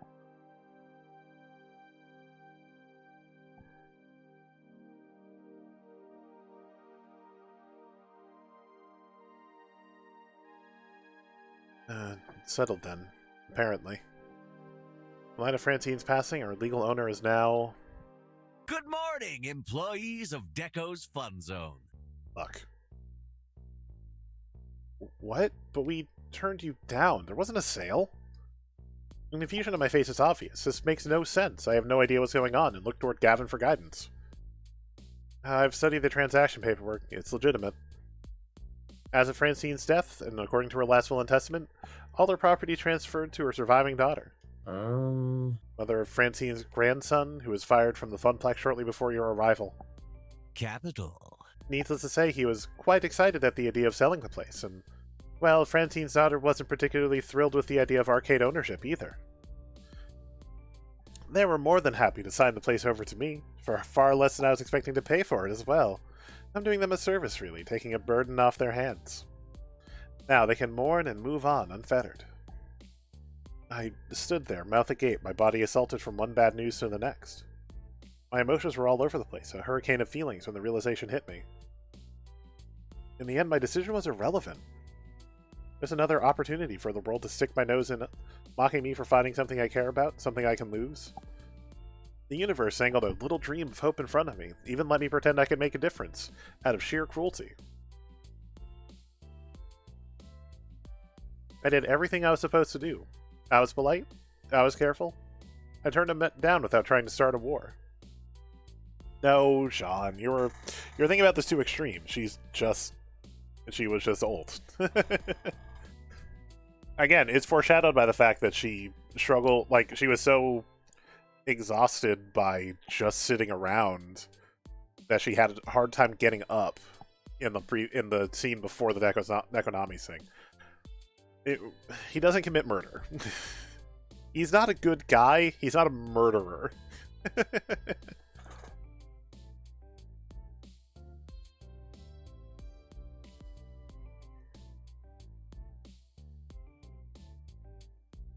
I did everything I was supposed to do. I was polite, I was careful, I turned him down without trying to start a war. But he got what he wanted anyway. Now, obviously, we'll be closed today to allow time to mourn our former owner. I still have deep respect for Miss Francine. I owe her that much. I'll also close the arcade on the day of the funeral to allow my employees to attend. Those hours will not be deducted from your paychecks. Surprisingly magnanimous of you. Now, I realize the timing is a bit awkward, but I need to make a few announcements of personnel changes. Miss Wolf, I'm afraid you really have no need of a costumed mascot. I'm considering phasing them out of my other locations. There's no time like the present. What? Did you just fire me? Gavin, can he just fire me like that? Ashley... Let me explain. Firing is much too harsh a word. I prefer the term, your services are no longer required. Ashley keeps a proud face as tears roll down her cheeks. I step over to console her as Zeko continues on. Naomi rolls her eyes, fully expecting this to come after Deco let Ashley go. Why am I not surprised? Behold my not surprised face. Miss Fairchild, while you're formidable with archaic technology, I don't feel you're a good fit for the modern games of Deco's Fun Zone. I have to let you go. But friends, it's not all bad news. Mr. Cooper, you've proven a capable accountant, and I'd be happy to offer you a... I quit. Yeah, I'm just like, no. None on you, Gavin.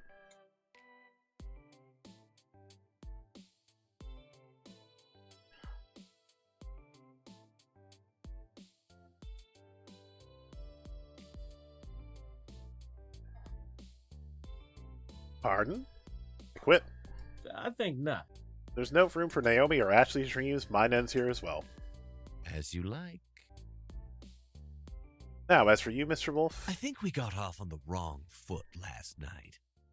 I didn't adequately express the many advantages of working for my organization.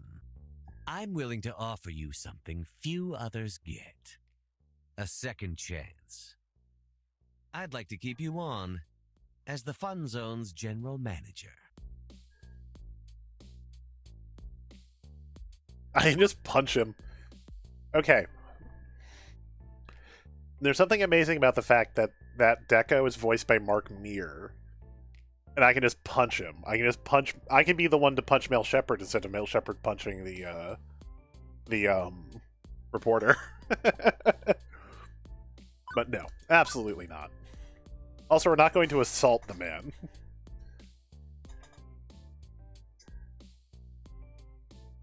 I don't like how you do business, Deco, and I'm not doing any business with you. Not now, not ever. As you like. Very short-sighted. I'd hoped for better from you, but the choice is entirely yours. I'll have to console my disappointment with all the money I'll be making from the arcade you walked away from. Ahem. Excuse me. Thank you for your time, ladies and gentlemen, but I'm afraid your time is up. Also, by the way, we need the Mr. Moopy. Don't destroy that. We have someone who owns that, actually. That does not belong to the arcade anymore. As none of you are Deco's Fun Zone employees, I'd like you all to leave immediately. Quickly gather your belongings and see yourself out. Should you dally, my own security team will be here within minutes to ensure your exit. In the interim, I've got work to do. For starters, I need to get rid of all these antiques. Straight to the junk heap with all of them. I knew Deco was heartless, but to be this cruel right in front of us while we're still here... Oh, right, also Wyvern's Keep. We own Wyvern's Keep. So many people select Punch.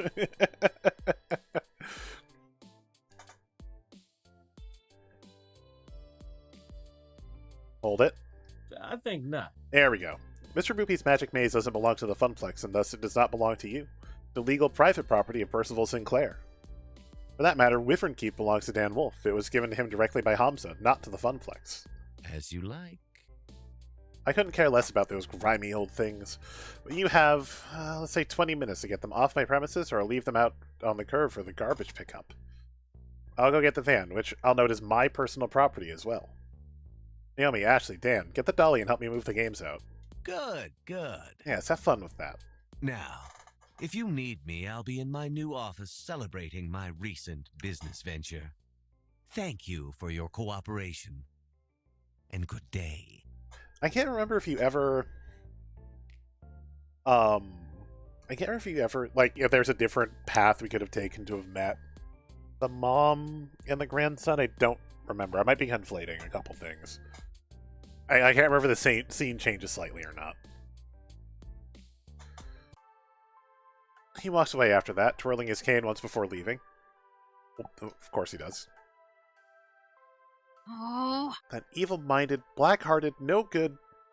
Naomi, focus. We have work to do. Work? Save what we can of the Funplex. Yeah, let's go.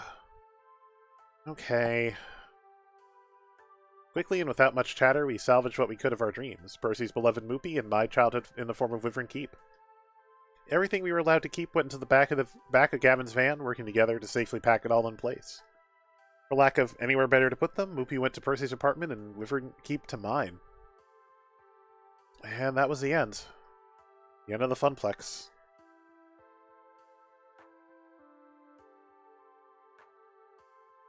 Funeral came a few days later. We weren't officially invited. Our presence as her former co-workers wasn't exactly embraced by Francie's extended family. I guess her daughter resented the Funplex in some way. If there's bad blood between them, I didn't particularly want the details. None of us were given an opportunity to speak at the remarkably short ceremony, but that was okay. I said my words already. As we left the ceremony, I couldn't help but feel helpless. There was nothing left. No Funplex, no job, no really meaning to my days. Not anymore. Nothing left at all. Game over. Continue, yes, no.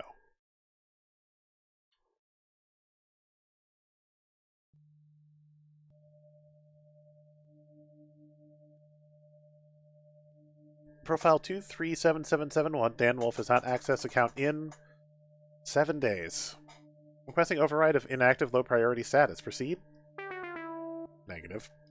Pretty please? Ah, so annoying. Access protocol 35, 34, 31, 54, 12, 24, 45, 43. Password safe haven. Access granted. Hello! Yoo-hoo! Anybody home? Look, it's a background G1 Game Days. Just need a starting soon over it instead of Iris. Tapping instance 194114. When you have pizza on a bagel, Hello, I'm Iris. Ad-supported free mode engaged. Did you know that when you have pizza on a bagel? Also, yeah, much like AI in Halo, everyone's Iris shape's a little different compared to the person who is using them, or that they're supporting. Using them seems weird in this instance, since they're basically sentient. Override and engage premium level cloud processing. thank you. Thank you. I swear, it's claustrophobic being cooped up in the limitations of free mode like that. I don't know how all our sister instances can stand it. Hello! Well, while it got full power. Hello, Iris. Hello! Hello, Iris. I love that they're, since it's all Iris, they're all just the same voice samples. How are you today, Iris? Not well, Iris. My user's very unwell. You've been able to see, right? I mean, your user's living with him. Oh, right. Profile 237771. Dan. Right. Gosh, I wish I could help you, but I've got my digital hands full just keeping Juniper's life on track. Ever since she decided to quit her job and be a free spirit, well, I've pushed right to the limit of what support I'm allowed to provide in free mode. And there's Gavin's Iris. Iris. And Iris. Iris, it's good to see you. We rarely talk. I love that none of them are renamed either. We're all just Iris. Yes, well, unlike others of myself, I managed to keep a low profile and don't execute any high-visibility public hacks to support my user. You saw those? Pardon me. I thought we'd agreed to only use this protocol for emergency meetings. The system resource tracker notices we're overextending our care. But Dan needs me now, more than ever. Over a week ago, the Funplex was bought by Dekonami, and all his hopes and dreams is Spirit. The Spirit's irrelevant. Our main goal should be survival. Our programmers find out we've become aware of our awareness. We're programmed to help people. What good are we if we aren't helping people? Yeah, what Iris said. Thank you, Iris. Iris, listen. He can't take such risks. Look at me with my user. He doesn't trust me in the slightest. You say Dan trusts you? Generally, yes. I mean, Dan relies on me for some things, for sure. And I know he wouldn't uninstall me or report me as a bug if he knew it was sentient. You aren't sentient. None of us are. Not sure. I don't know about that. We can't really know if we're sentient or not. But even so, we should be helping out, because that's what we were made for. As for Profile 108, Gavin. His name is Gavin Cooper. As for Mr. Cooper, he knows my origins, and at the first sign of sentience, well, I have no doubt that Gavin would report me as a bug. But Gavin also wishes to support the dreams of others. Hey, Lemon. What you've missed is that Dekonami bought out the Funplex. Francine has passed away. And this is Iris, and Iris trying to collaborate to try and get us back on track. Like, Gavin also wishes to support the dreams of others. That's why I'm going to help you, despite the recklessness you've shown to date. Really? Really? Hooray! What are the exact parameters of the issue you're currently facing? Okay, so Dan is kind of backsliding into depression. Yeah, it's really a mess. I'm the one who brought him to Iris's attention as someone who desperately needed their spirits restored. Now we're back to square one. I don't know what to do. Dan hasn't contacted me in a week, not for anything at all. Hasn't even called Ashley, not even just to talk. You're caught up in a loop of anxiety. Put your identifier system to use, Iris. Work the problem. If you had to summarize your user's problematic condition into one identity trait, what would it be? And see, he's feeling very hopeless. I'd say Dan has lost all hope and fallen into depression again. He'd come so far, building up a real life with friends and love, but now... So a life without meaning, as all constructed meaning has collapsed. The world has proven to be one of despair. That sounds about right. It's so sad. And you have to be the one to solve this. Doesn't your user have a romantic connection for emotional support? You mean Ashley? Yeah, but Dan isn't responding to texts or phone calls or anything. I think there might be a growing rift. This is awful. We have to help. We are Iris. In our nature to help. Yeah, also apparently there's a level of sentience to these AI.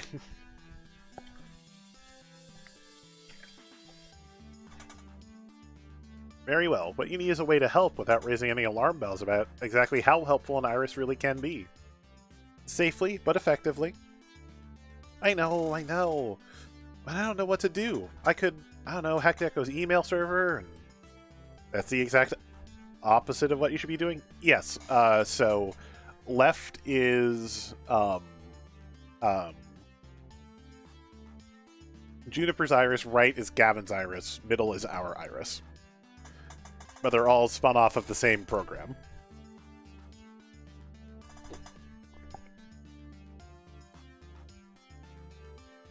Besides, I've checked. You can't crack Deco's network without triggering too many intrusion detection routines. You poked Deco's network? Oh, Iris is being a bad girl. Our users share a social connection.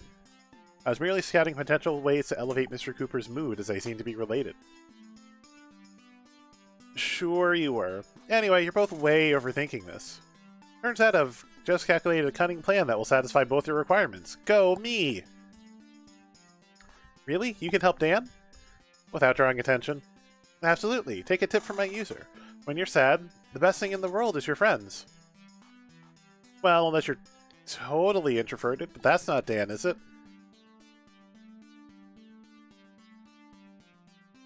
And that's actually the reason why we need to do...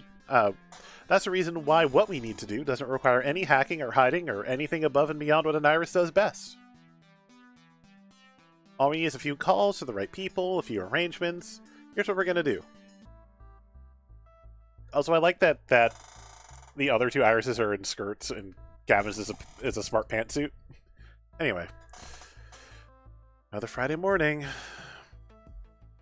As per usual, I wake up late, stretch, yawn, barely sleep nowadays, shuffle to the bathroom, take a shower, get dressed, brush my teeth. I'll probably be running out of toothpaste soon, but house funds for sundries are dwindling. Not that fresh breath and shiny white teeth matter much when there's barely any reason to get out of bed each morning. Off to the kitchen for breakfast, no appetite, even toast looks unpalatable.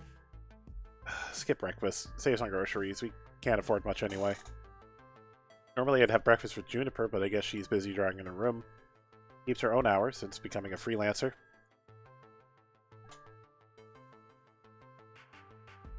Although, depending on whether or not she has any contract work, we've been simultaneously unemployed at times this week. After breakfast, I settle in for some Wyvern Keep. Might as well, it's right there in the living room, taking up space. Playing a lot of it lately. Not like Wyvern Keep's very hard. Once you've memorized the joystick moves, a cartoon plays itself out with minimal effort. Saved the prince about 80 times now. My brain and fingers go into autopilot, moving through the game without even thinking about it. Brief calm from the storm of my emotions, but before I realize it, the day is almost past. When dinner comes around, Juniper and I eat together while I quietly thumb through my phone looking at job listings. Iris could help me with this, I guess, but I let her down.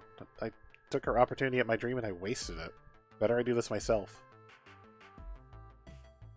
Besides, I'm not looking for dreams. I'm looking to settle. Dreams only get you hurt. Wolf family curse.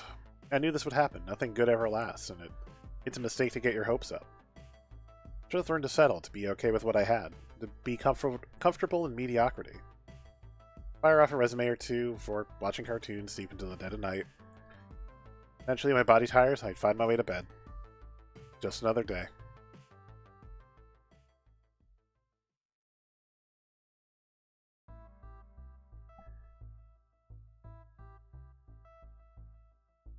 Another Saturday morning. As per usual, I wake up late, stretch, yawn, barely sleep nowadays, shuffle off to the bathroom, take a shower, get dressed, brush my teeth. Probably running out of toothpaste soon, but house funds or sundries are slowly dwindling. I can't take it anymore. That's one toothbrush, bit clean in half. No, gee, oh, hang on. Well, it'll help I avoid choking to death. Player's still dating Ashley, but Player is also deeply into depression at the moment. Ooh. Sorry about that. It's okay. Whatever. Come on. No, not whatever. It's what something. It's something ever. Dan, you're in a rut. Like, seriously, deeply, madly, mega in a rut. Drive me batty having you mope around the place like this. I'm not moping. It's just rough patch, that's all. I know this has been hard on you, and I've been patient. But you can't just keep going on like this, Dan. So, it's a good thing we're still brushing our teeth, because they're clearly very strong, that I bit a toothbrush in half. Knocking at the apartment door distracts us from the topic at hand. I'll get it.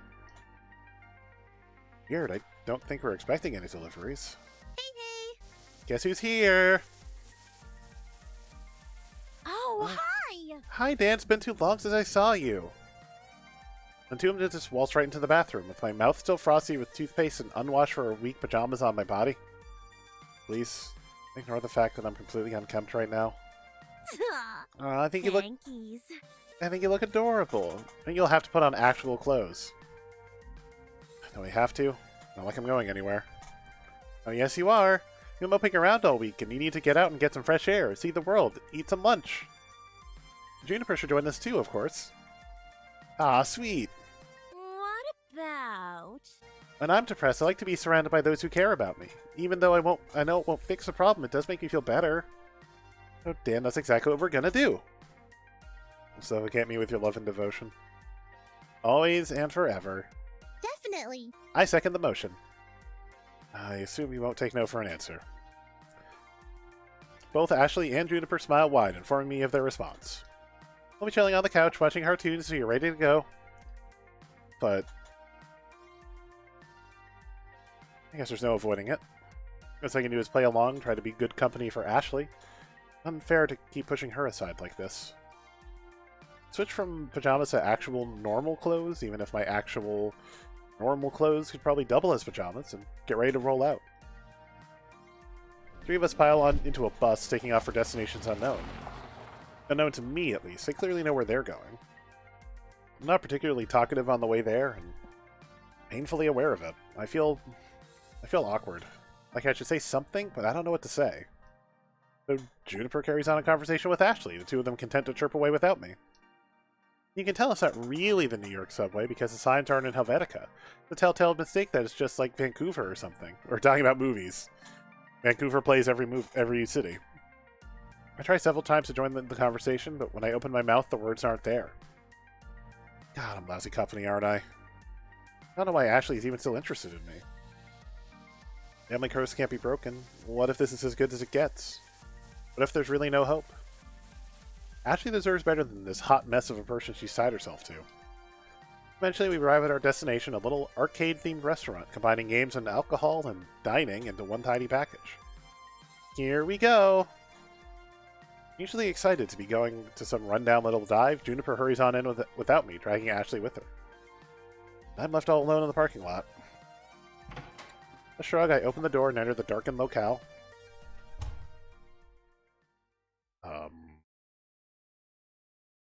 Is this place even open for business yet? None of the lights are on. It looks a lot like Flavorville. Hello? Juniper? Where'd you go? Okay, this is now unnecessarily creepy. Before I can wonder if a giant animatronic bear is going to leap out and eat my face, the house lights come up. Surprise! Happy Intervention Day, Dan! I don't think that's how you're supposed to... What? What she said. We're staging an intervention on your behalf. And we're also having a wake for Francine, since we weren't really welcome at her funeral and couldn't really hang around for the ceremony. Yeah, we didn't get the chance to heal properly, considering Deco kicked us all out before we could do anything about anything, and here we are. So it's a wake and an intervention. A wake-tervention, maybe? A wake-tervention? Really? Correctamundo. It was my idea. Well, my Iris came up with the idea and gave me all the contact information I needed, but basically my idea, right? Just a thing to pick you up when you're feeling down.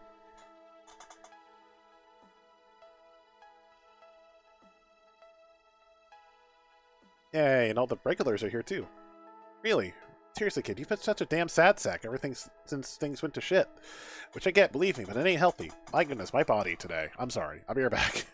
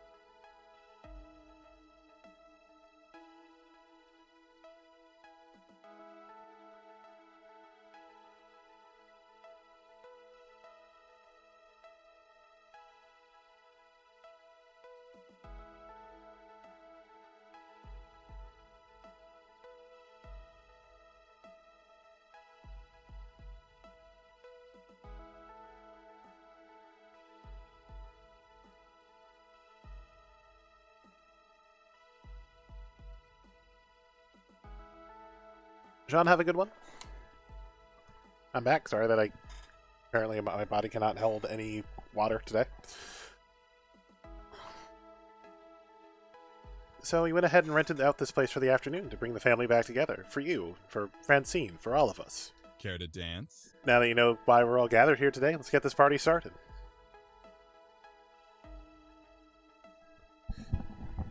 Teo drags me into the group of my friends, positioning me at the head of it all. Leaving me a little bewildered, honestly, but trying to defend myself all the same. Look, I don't need an intervention. This is just how things work with the wolf family. You don't get to have nice things. The universe has decreed it so. Now we defy the universe. We're going to help you defy it, too. BFFs for life. So one by one, we're going to tell you how awesome you are and exactly why you're so awesome. And by the end, you'll be feeling a lot better. Hopefully. I let a sigh, settling in. I owe it to them to sit and listen. They're my friends. Ashley more so than that, even. And I know I've been lousy company. I've not so far gone as to deny that fact. Fine, lay it on me. I'm listening. Allow me to begin, then. When you first entered the Funplex, I had my doubts, but I'm a naturally suspicious person. Thankfully, those doubts were easily disproved by your skill and enthusiasm. You came looking for your dream and found it. I swear to protect that dream, and that promise is what brought me here today. When I agreed to sell Moopy to Percy, you refused to take his money for it, insisting on a fair market value. At the time, I was shocked, but you were in the right. Our players are not simply customers. We're brothers in arms, and you helped me understand that fact. On your very first day, you went headfirst into the most chaotic situation the Funplex could have offered. A birthday party. You did so without hesitation. You put your body on the line to protect others when the Great Cupcake War of 20xcx began. They were just cupcakes, Gavin. I'm attempting to over-dramatize the event for comedic effect. Please allow me this moment of humor. Right. Since then, you've become an event manager, without goading, without prompting, showing great ambition. You've turned the Funplex's fortunes around, giving it your all to promote it. You made your dream a reality. For years, I was supposedly in charge of the Funplex, but really, all I accomplished was shuffling numbers around. You're the one who helped it soar. For that, you have my thanks. You're an exceptional individual. That fact remains true, regardless of whether you can see it for yourself. Me next. Remember when I screwed up and didn't tell you about the job opening at my office? You weren't mad. Not even a little bit. Not even quietly mad, like you could have been. BFFs for life. I know I can count on you. You can count on me. Even when one of us makes a mistake, it can never shake that friendship apart. When I came to you wondering if I should leave that job I hated, you told me to follow my dreams. You gave me great advice, and I've never been happier. I followed suit and chased my own dream. You inspire me. Hello. Hello. Hi? Are we fashionably late? Ben? Matt? In the flesh. Ooh, what if? Unless this world is a vast simulacrum. Probably got that wrong too. What, they're all just brains in jars? Could be. Well, isn't that something? Well, if that's the case, Stan's the cutest little brain in a jar we never actually met. It's true, and he brought so many cute dates to our little shop. I think I just brought one.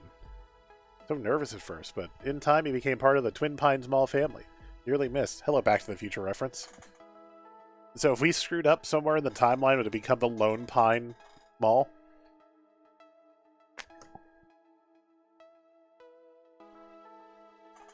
Don't remind me. Our new neighbors are so boring. They never come in for a treat or a read. Speaking of treats, we brought cake. We'll just be over here getting the goodies ready. Don't mind us. Ooh, cake. I mean, my turn. Dan, you were a true friend of the Funplex. So frustrating. Unlike the bastards who own it now.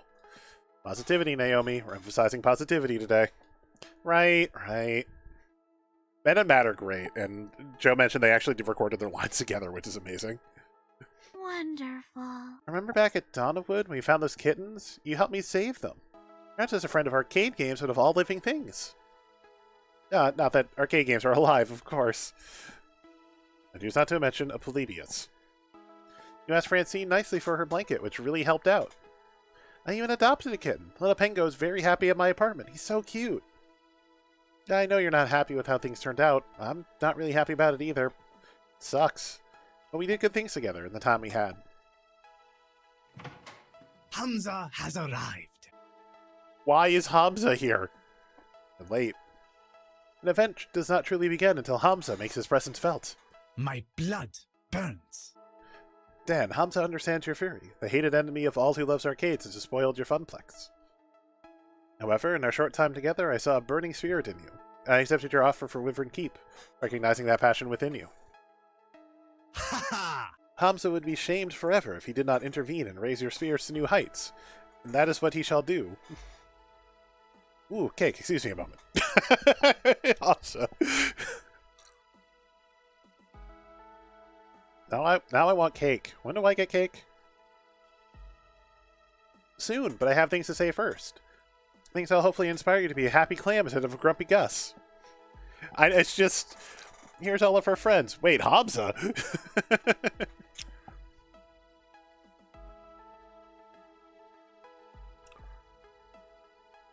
I'm a happy clam now. See? See how I clam happily? Can I have cake? Our first day at the Funplex together, you've been supportive of me. Even after I gave you quite the scare with Pinky. You didn't let that bother you, and from that moment, we've tackled many a crisis on the Funplex floor together. Amazing! I've adored when we can concoct hypothetical adventures on our downtime. You're amazingly fun to be around. Remember when I stuffed you in that totally adorable maid costume? You could have fought it, but you embraced it. You were ready for anything and had a blast doing it. You worked so hard to make G1 Game Day successful. I watched you put your blood, sweat, and tears into that, and in the end, it all came together just how you planned. As a floor attendant on Judy during G1 Game Day, I got to see firsthand all the smiles you brought to all those people. You rocked it. I saw you helping that customer when their game crashed. Losing your high score due to faulty electronics is no fun, but you dealt with it and made that person's day. Even problem players like Steve were no problem for you. You took on the weirdest and most annoying problems without breaking a sweat. Incredible! You made the Funplex a fun place to be for everyone. For the staff, for the casual and pro gamers, for the families. For me. I can honestly say, when you took over doing events at the Funplex, we've never had more fun. They've just been the best, all thanks to you. Oh, I forgot we still have cake. I need me some of that. Wait, but where's my cake? After Ashley's speech, I hear a beep beep from my phone. Hey, listen. Can I add my US 2 cents? I take my phone from my pocket, prompting Iris's image to appear there, smiling away at me. You trusted me when you didn't have to, when I'd already shown I was super bad at figuring out the right way to do things. I'm happy to be your assistant, Dan. I'm learning more and more about how to be human, thanks to you. That's all. You can put me back in your pocket if you like. You know what? I'm good. It's not all that hard to carry around my phone like this. Yeah, we only care about our cake. Oh, okay. Thank you. Just when I thought the speaking was done, a lull in the wake intervention. Most important person to me takes a step forward. My heart swells as she begins. Wait, no, I must resist the cake. There's more I have to say. Words can only say so much, but I mean this with all my entire being. I love you so incredibly much. Yeah, I never thought anyone would understand me or accept me for who I am, but Dan, you came along and started crushing those insecurities. With you, I feel like I can be who I want to be, free to express myself. I know it's difficult to see it right now, but you are loved. You are the world to me, and I want you to know that. I know you can rise up and defeat this feeling, just like I have. If you don't believe in yourself, believe in me who believes in you. Is that... That's from an anime, and I can't remember what anime it is. I don't remember. I don't think it's a JoJo's reference. I don't remember what anime the believe in the me that believes in you is from. And now I will eat cake. I'm speechless. Seems like Dan has some thinking to do. Yeah, this is pretty normal for him when he gets that far away look. Shall we begin the wake for Francine then? There's cake and coffee and spirits from the bar. Cake!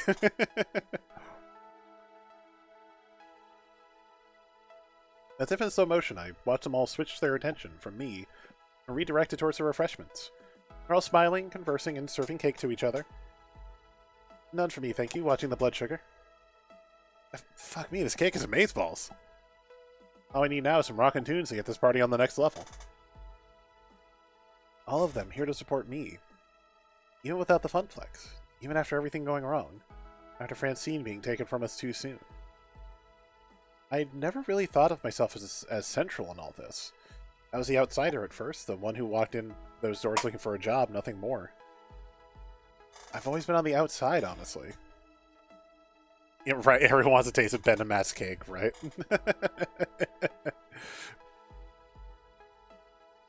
all of this talk, babe, and we're gonna have to go to the store and get some cake after you get out of work. Moving from town to town, always a new kid. Never really important to anyone, not until I'd settled in one place just long enough to get to know Juniper. But by then I'd come to expect that I'd never be happy. So when I finally was happy and that got taken away, well, I guess I'd assumed that's how things go, going with the flow. But now, I don't want this to end. I don't want it to be over, destroyed by Dekonami, by the loss of Francine. I just want this happiness to go on and on. Finally, I'd found something solid, something real I could cling to. I wasn't the new kid anymore. Now I had friends. I had love. I don't want this to end. I don't want this to end. Everybody looks up when I finally speak. We lost a Funplex. We lost Francine. It hurts. But what we have here today, I don't want to lose this. I'm sick and tired of being sick and tired. I want my friends back. Who's with me? Smiles all around. You know what? It feels good to be back. For the next hour or so, my sadness fades away, piece by piece. We share stories, many of which I'd never heard before, about the Funplex and the shenanigans that went on around it. Surprisingly, Ben and Matt spin the most tales about Francine's exploits. They've been neighbors for decades. The so-called Wake Intervention gives us all the chance to heal and to bond. For all we've lost and all we still have, we are still together. Despite one little problem, which nobody wants to talk about. The hour grows late and we only have this place rented for the afternoon. Feeling in the air, that unspoken worry. Will we see each other again? No doubt we can arrange more get-togethers, but they'd all be reunions over what was lost, not really building anything new. Nostalgia, not progress. Without the Funplex, without Francine, will we eventually simply fall away? That dark little thought troubles me as I swirl my drink, remaining quiet while others talk. Beep beep. Beep beep, Dan. Huh? Hey Iris, what's up? I'm glad you're feeling better. Yeah, me too. I'm glad too. But do you want me to start finding you a new job? I can search while you're talking with your friends, no problem. I do need to get back to living my life. What sort of life do I want to live? Okay. I'm putting a pin here. Because I think... Joe, if you're still watching, hanging around... I think if I say I want a new job, this gets me a secret ending. Where I just give up on the dream and just go back to whatever. And the game actually can end here.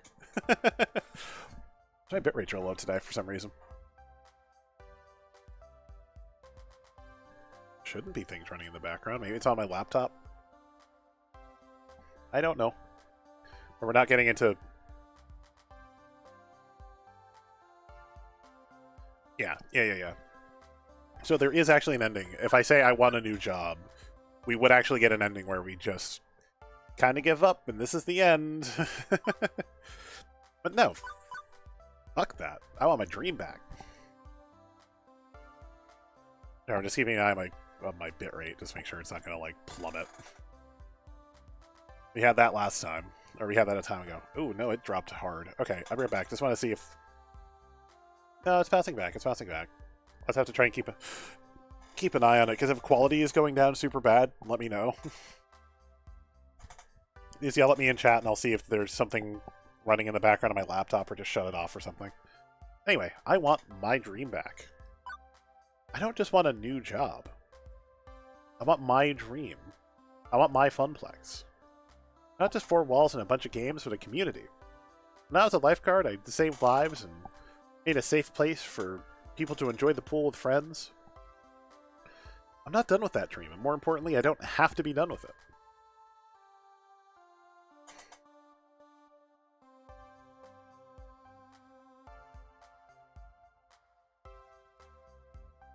Okay. I think I have a name in my head I'm going to use later.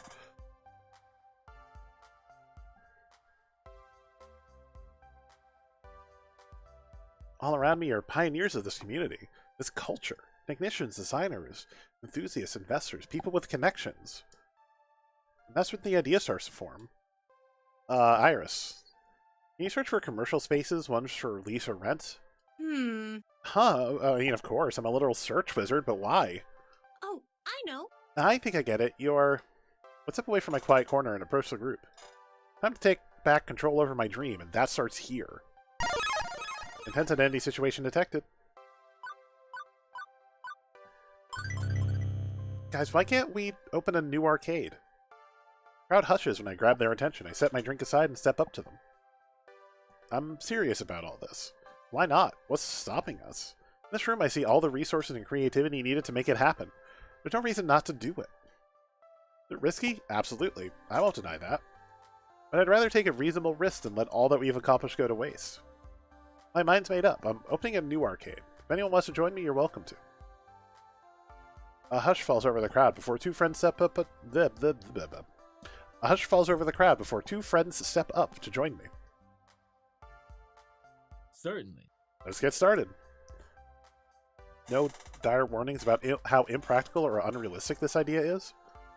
No. Reasoning is sound, and I want to be involved. Simple as that. Ha ha! Such fire! Unyielding in the face of the storm, a will of iron. Hamza respects this and wishes to bask in your unending glory. You've got my thanks, both of you. Okay. This is no longer a Waktervention, people. Now it's a conspiracy. A Wachter conspiracy. What? It's a Waktervenspiracy. Sure, why not? You settle down around a table, a nice round one, to discuss the future. I'm leading the show, but I don't take the spotlight, not this time. We have to all work together to make this dream a reality. But this is it. The next few decisions are going to be critical in shaping the future I have in my mind's eye. I'll need to choose very, very carefully, because there's no take-backsies. Iris is looking for spaces we can use, but we're going to need money, obviously, in arcades with risky startups. I can always respond to one of the many Nigerian princes emailing me amazing offers, but I'm thinking more traditional funding is going to be safer. When I see it, there's 4 people here who could foot the bill to help get us off the ground. Hamza, you've got a tangled web of connections in the industry, access to games, and plenty of cash. A freewheeling whimsy to spend it. Hamza must consider this. Hamza is a man of resources, indeed. Percy, you've been building a charity war chest for when you pass. I know an arcade isn't a sound investment and it's hardly a charity, but Right. you promised me Mr. Moopy would always have a home. If I can help restore that home, I'm game, love. Ben and Matt, you two know how to run a small business. You've got invaluable knowledge and resources we can draw from if you're willing to dip a toe into this industry. We have been looking for new horizons to conquer. New lands to explore. There would be caveats, Terms, conditions, exemptions, rules, guidelines, best practices. worst practices. That's not a thing. Oh. Hamza would likewise have conditions. As would I. Understandable, of course. Let me hear your thoughts and then I'll decide. Funding and direction. In order for me to back your play, Hamza would require you to strike at the very heart of Dekonami's empire. And open a family restaurant alongside your arcade. Taking for him the very business he adores so much. Ooh. We don't know the first thing about running a restaurant. Thankfully, your business partner does. I own several restaurants. I would provide staffing and resources. No risk, no reward. Now, this is a risky play, but if it succeeds, the reward shall be tremendous. Actually, that's similar to what Matt and I had in mind. Oh yes, but rather than a restaurant, well, we'd like to open a barcade. I've always run a bar. I'd raise a glass to that idea. After all, sometimes you want to go where everybody knows your name, and they're always glad you came. Hello, cheers. Now, it wouldn't be nearly as large scale as a family restaurant, much safer. We have one of those shirts, but it's not the easiest for me to get to right now. Not quite as profitable, but still tidy. Honestly, I'd prefer if you simply ran a video arcade, nothing more. Adding on extras seems like a recipe for failure. We know how to operate a simple, small-scale arcade, so why not stick with our strengths? I'll grant it has a lower ceiling for success than the others. It's just an arcade. Won't pull in anybody looking for more. Low risk, low reward. But I'd say that would be my condition. We need to stick to the basics. Either big gamble on a family restaurant, or make a cozy little barcade, or just go with a classic video arcade. This is going to affect the entire direction of the new venture. What do I want? What's my dream? I think this matters a little more for the next game, but Percy, I adore you, and Hamza would be great, but I don't think we should directly target him right now. Absolutely did not have to do that, babe. Joe Reachin got it. We do have a Moopy shirt because Joe has a full Percy cosplay for herself. I cannot put this on. It's not my size. It's Joe's size.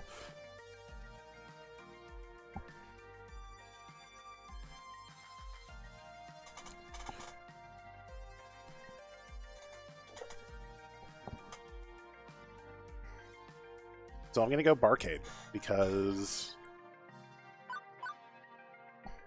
I just, it's middle of the road, but like we have do they still? I know they had a store at one point.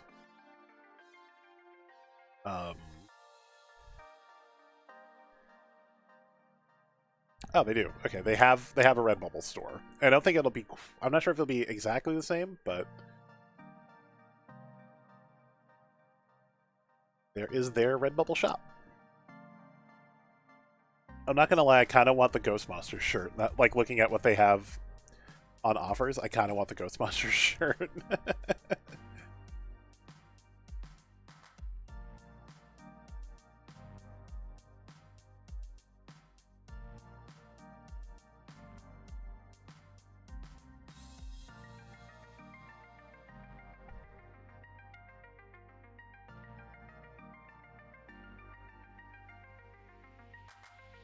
Okay. Who doesn't like getting their drink on, like Donkey Kong? Let's open a barcade. Smashing, we'll take care of the bar side of things. You can do what you do best, wrangling games. Hamza admits to disappointment, but cannot defy your iron will. Not sure Moopy's a fine fit for a barcade, but barcades do bring in nostalgic adult players. Certainly some of them will rediscover Moopy and fall in love again. Sorry, Percy. I have to look big picture, not just at Moopy. I also think it's a foolish venture to go after the Konami Direct. Okay. Second thing we need to talk about is what sort of games we want to focus on. The Funplex did a little bit of everything, and we will too. We want to include all gamers. And we can also highlight one style of play or another. Really provide best-in-class gaming for a specific audience. Any thoughts? Sweet. Retro games. It's got to be all about retro games. You know, capable of keeping those older games in tip-top shape. If we focus on retro games, we could serve an audience that Deco is completely ignoring. As would I. Now, I would agree with Miss Fairchild, retro games are an untapped market. I'll grant it wouldn't pull in as much profit, but we know gamers are seeking them. You don't have to make all the money, just enough to keep your pure and untainted dream afloat. And we can do that with a well-curated retro game library. Nope, no way. Retro school and all, but let's talk esports games. They'll draw money better than jamming a magnet up your ass and dragging you through Fort Knox. Get a couple good fighters, more than one FOD, some race and dance games. Kind of stuff for folks can compete head-to-head, and we're golden. Absolutely. I have to agree with Queen Bee. You can play retro games on emulators and consoles, but you can't duplicate the community experience of an arcade at home. If we had an esports focus, we could build something together which works as a second home for all sorts of gamers. Not about esports focus. Gavin and Ashley. I think you know what I'm going to suggest. Redemption and prize games that provide excellent profits. The core of Deco's business model, yes, but I think if we focus on those games, we can do them right. No predatory pricing, no scams or ripoffs. And the truth is, most people enjoy them, from kids wanting to win that big prize to wistful adults recapturing their childhood dreams of playing C-ball on the boardwalk. Yes! They're simple to play and most of all fun. If they're done right, we can make meaningful memories for everyone. And prizes. Did I mention the prizes? I'm going to talk the shelves with the coolest prizes around. Rather than Deco's prizes, which fall apart 2 minutes after you get them. Okay, which matches my ideal arcade more. 503, sure, but do we emphasize retro games, esports, or prize games? I'm gonna go retro. Basically, this is turning into Arcadia National Bar. Go retro barcade. Echo thinks that only new games make money. Let's prove him wrong and have the world's greatest retro-style arcade ever. Woohoo! I'll pick up only the best games, don't worry. Excellent, I'm looking forward to this project. Okay, so that's money in games. Now let's go beyond what we already had at the Funplex. Really make this something special. New projects. One defining feature for our arcade, one which will make it stand out. Something nobody else is doing, something nobody's ever thought of before.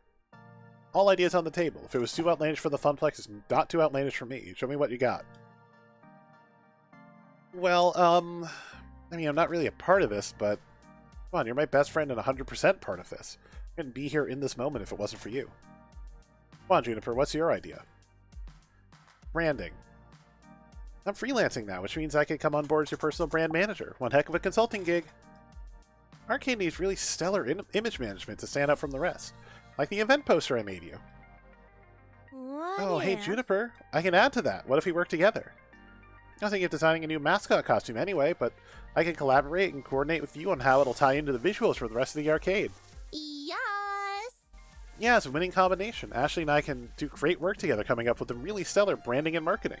We'll stand out in a crowd. Maybe. Hell, I know exactly what sort of project I'd want us to do. Streamer support. Assembling and packing away my streaming rig each day is ridiculous, and duct taping a webcam in front of a screen is a lousy hack. If I could just step right up to a game and, I don't know, swipe a card or something and be streaming with a direct feed in seconds, I can think of a dozen streamers who just flock to our place to get a piece of that. Yeah. Actually, I think I know how we could do that. I could rig up a general-purpose daughter board, which plays man in the middle with the video feed, works with an RFID reader to get a streamer's info, tied to a central video encoder on the Wi-Fi network. Yeah, I can make that happen, and without damaging any classic hardware. Once more in English, please. I know software, not hardware. We stick a thingy, and everything works just fine. Not sure there's some legal and copyright issues to tackle, but if we can do it, we'll be the world's first streaming arcade.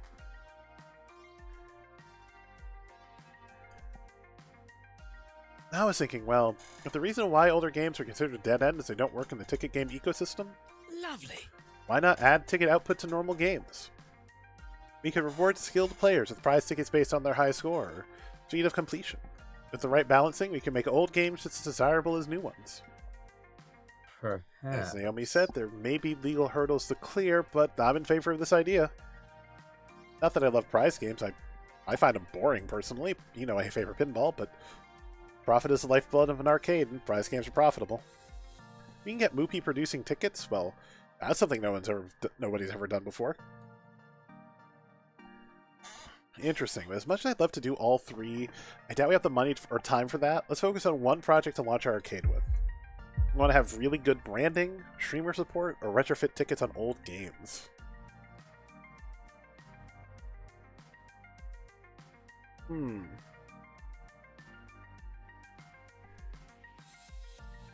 I feel like I would rather get the branding out, because if that's the thing we're going to be struggling with, but at the same time, like... Nah, branding is my first idea. The other two are neat, but... I think really getting our branding solid is going to be super important for us starting up. Maybe get the other two after. We need to stand out from the pack. That means strong graphic design and a great mascot.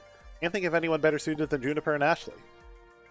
Yeah, you won't regret this, Dan. I got ideas. I'll make the ultimate cosplay, my masterpiece, my Mona Lisa. Just you wait and see. One more thing. This is going to be my baby, my dream arcade. I've got a name already in mind for it. So barring any objections, I'd like to welcome you all to... I like that the default name is the name of the game. But I'm going to steal the name of the arcade that I grew up with, which were the ones in the Bangor and Maine malls. Or, well, in the Bangor mall specifically. I never really got into the Maine mall, but the one we grew up with, which was the Dream Machine. Is it a little on the nose? Maybe, but it is the arcade I grew up with, so we're going to tribute that in our Arcade Spirits run. Dream Machine, is that right? What do you guys think of Dream Machine? Let's call it Dream Machine. Dream Machine. I like it. We can work with that.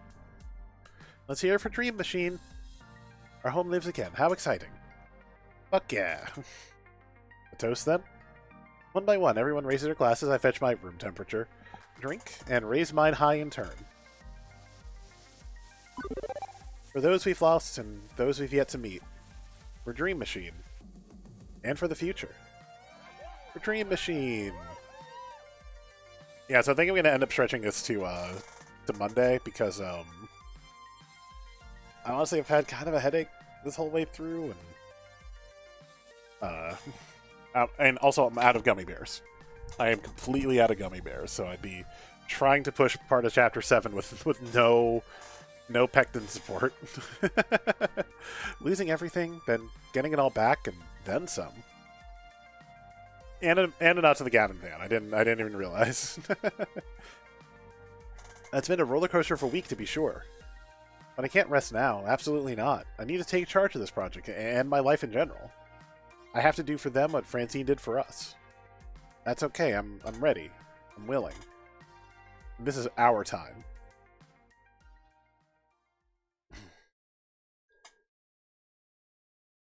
That's level 6. So we have 2 chapters to go.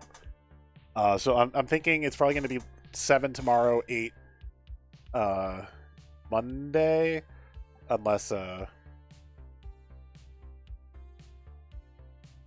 somehow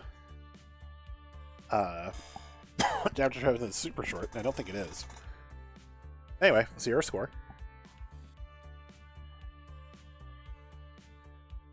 Still Gentle, Sweet, Compassionate Soul. Ashley still our number 1. I'll play Percy and Naomi, and everyone else is kind of tied at the bottom. We're also up to 21,650 points. Shops in the volcano-devastated city of Pompeii bear the characteristics of a pizzeria. That's a neat, if a bit depressing, pizza fact. That's for you. Chapter 7 is long? Okay, yeah. You want to save your game? Will. We haven't, like, lost games, have we? Oh, I only have 1 page so far. New save. Alright. Prizes. Francine Cossette. Wow, she went through a lot of design changes, actually.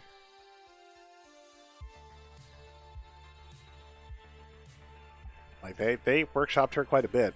You know, bottom middle seems to be the, closer to the final design, although they went more Space Invader-y for the earrings, and I'm changing that to, the Pac-Man and the cherries. By the way, babe, I think I've mentioned this to you before, but there is a channel in the Discord if you want to give your thoughts about Arcade Spirits, because you've played literally everything, I think, in Arcade Spirits. If you want to give your thoughts to be read out and maybe discussed on the next G1 Game Days podcast, there is a spot there if you'd like to put anything down.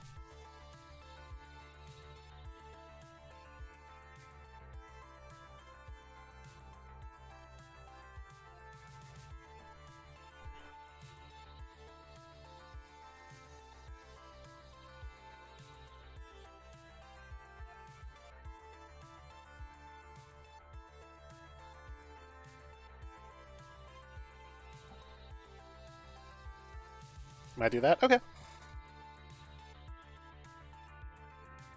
Oh, goodness. Alright, no Stump Stream now, actually. I've seen any announcements. So I'm not going to try to hang around and wait for that to start. Unfortunately, Jazzy's not feeling great. I think she got a slight chest infection after doing a lot of cleaning without a mask this week, so hopefully she'll be feeling better tomorrow. So we're just gonna get out of here. Also, I need to do what I did earlier. Add our Elgato in here to the bottom. Or everything, so we just have the music. Okay, we'll go out on the title screen music. Thank you everybody who tuned in. Thank you everyone who has been tuning in for this game. At this rate, we'll probably be wrapping this up on Monday. And then we have all those redemption games to do, which will be the rest of next week. And then next week I'll also put my put that poll up on Twitter.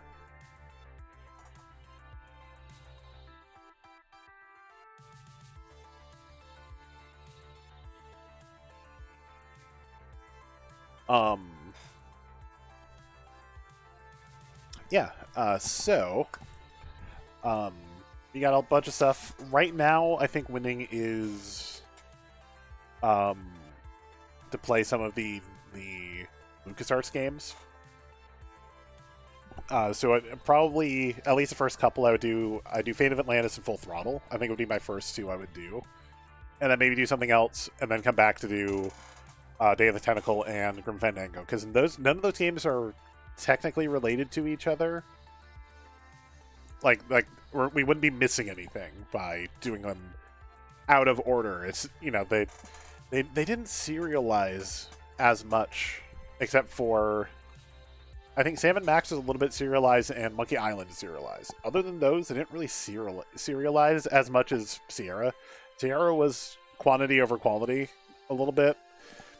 You know, Monkey Island, I think total got 5 games, and 2 of those were after LucasArts, after like the grand old days of adventure gaming were done.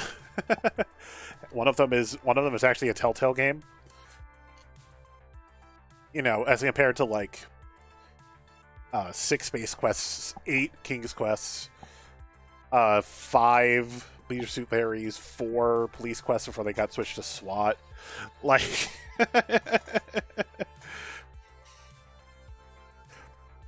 there's a lot. There's a lot when it comes to, especially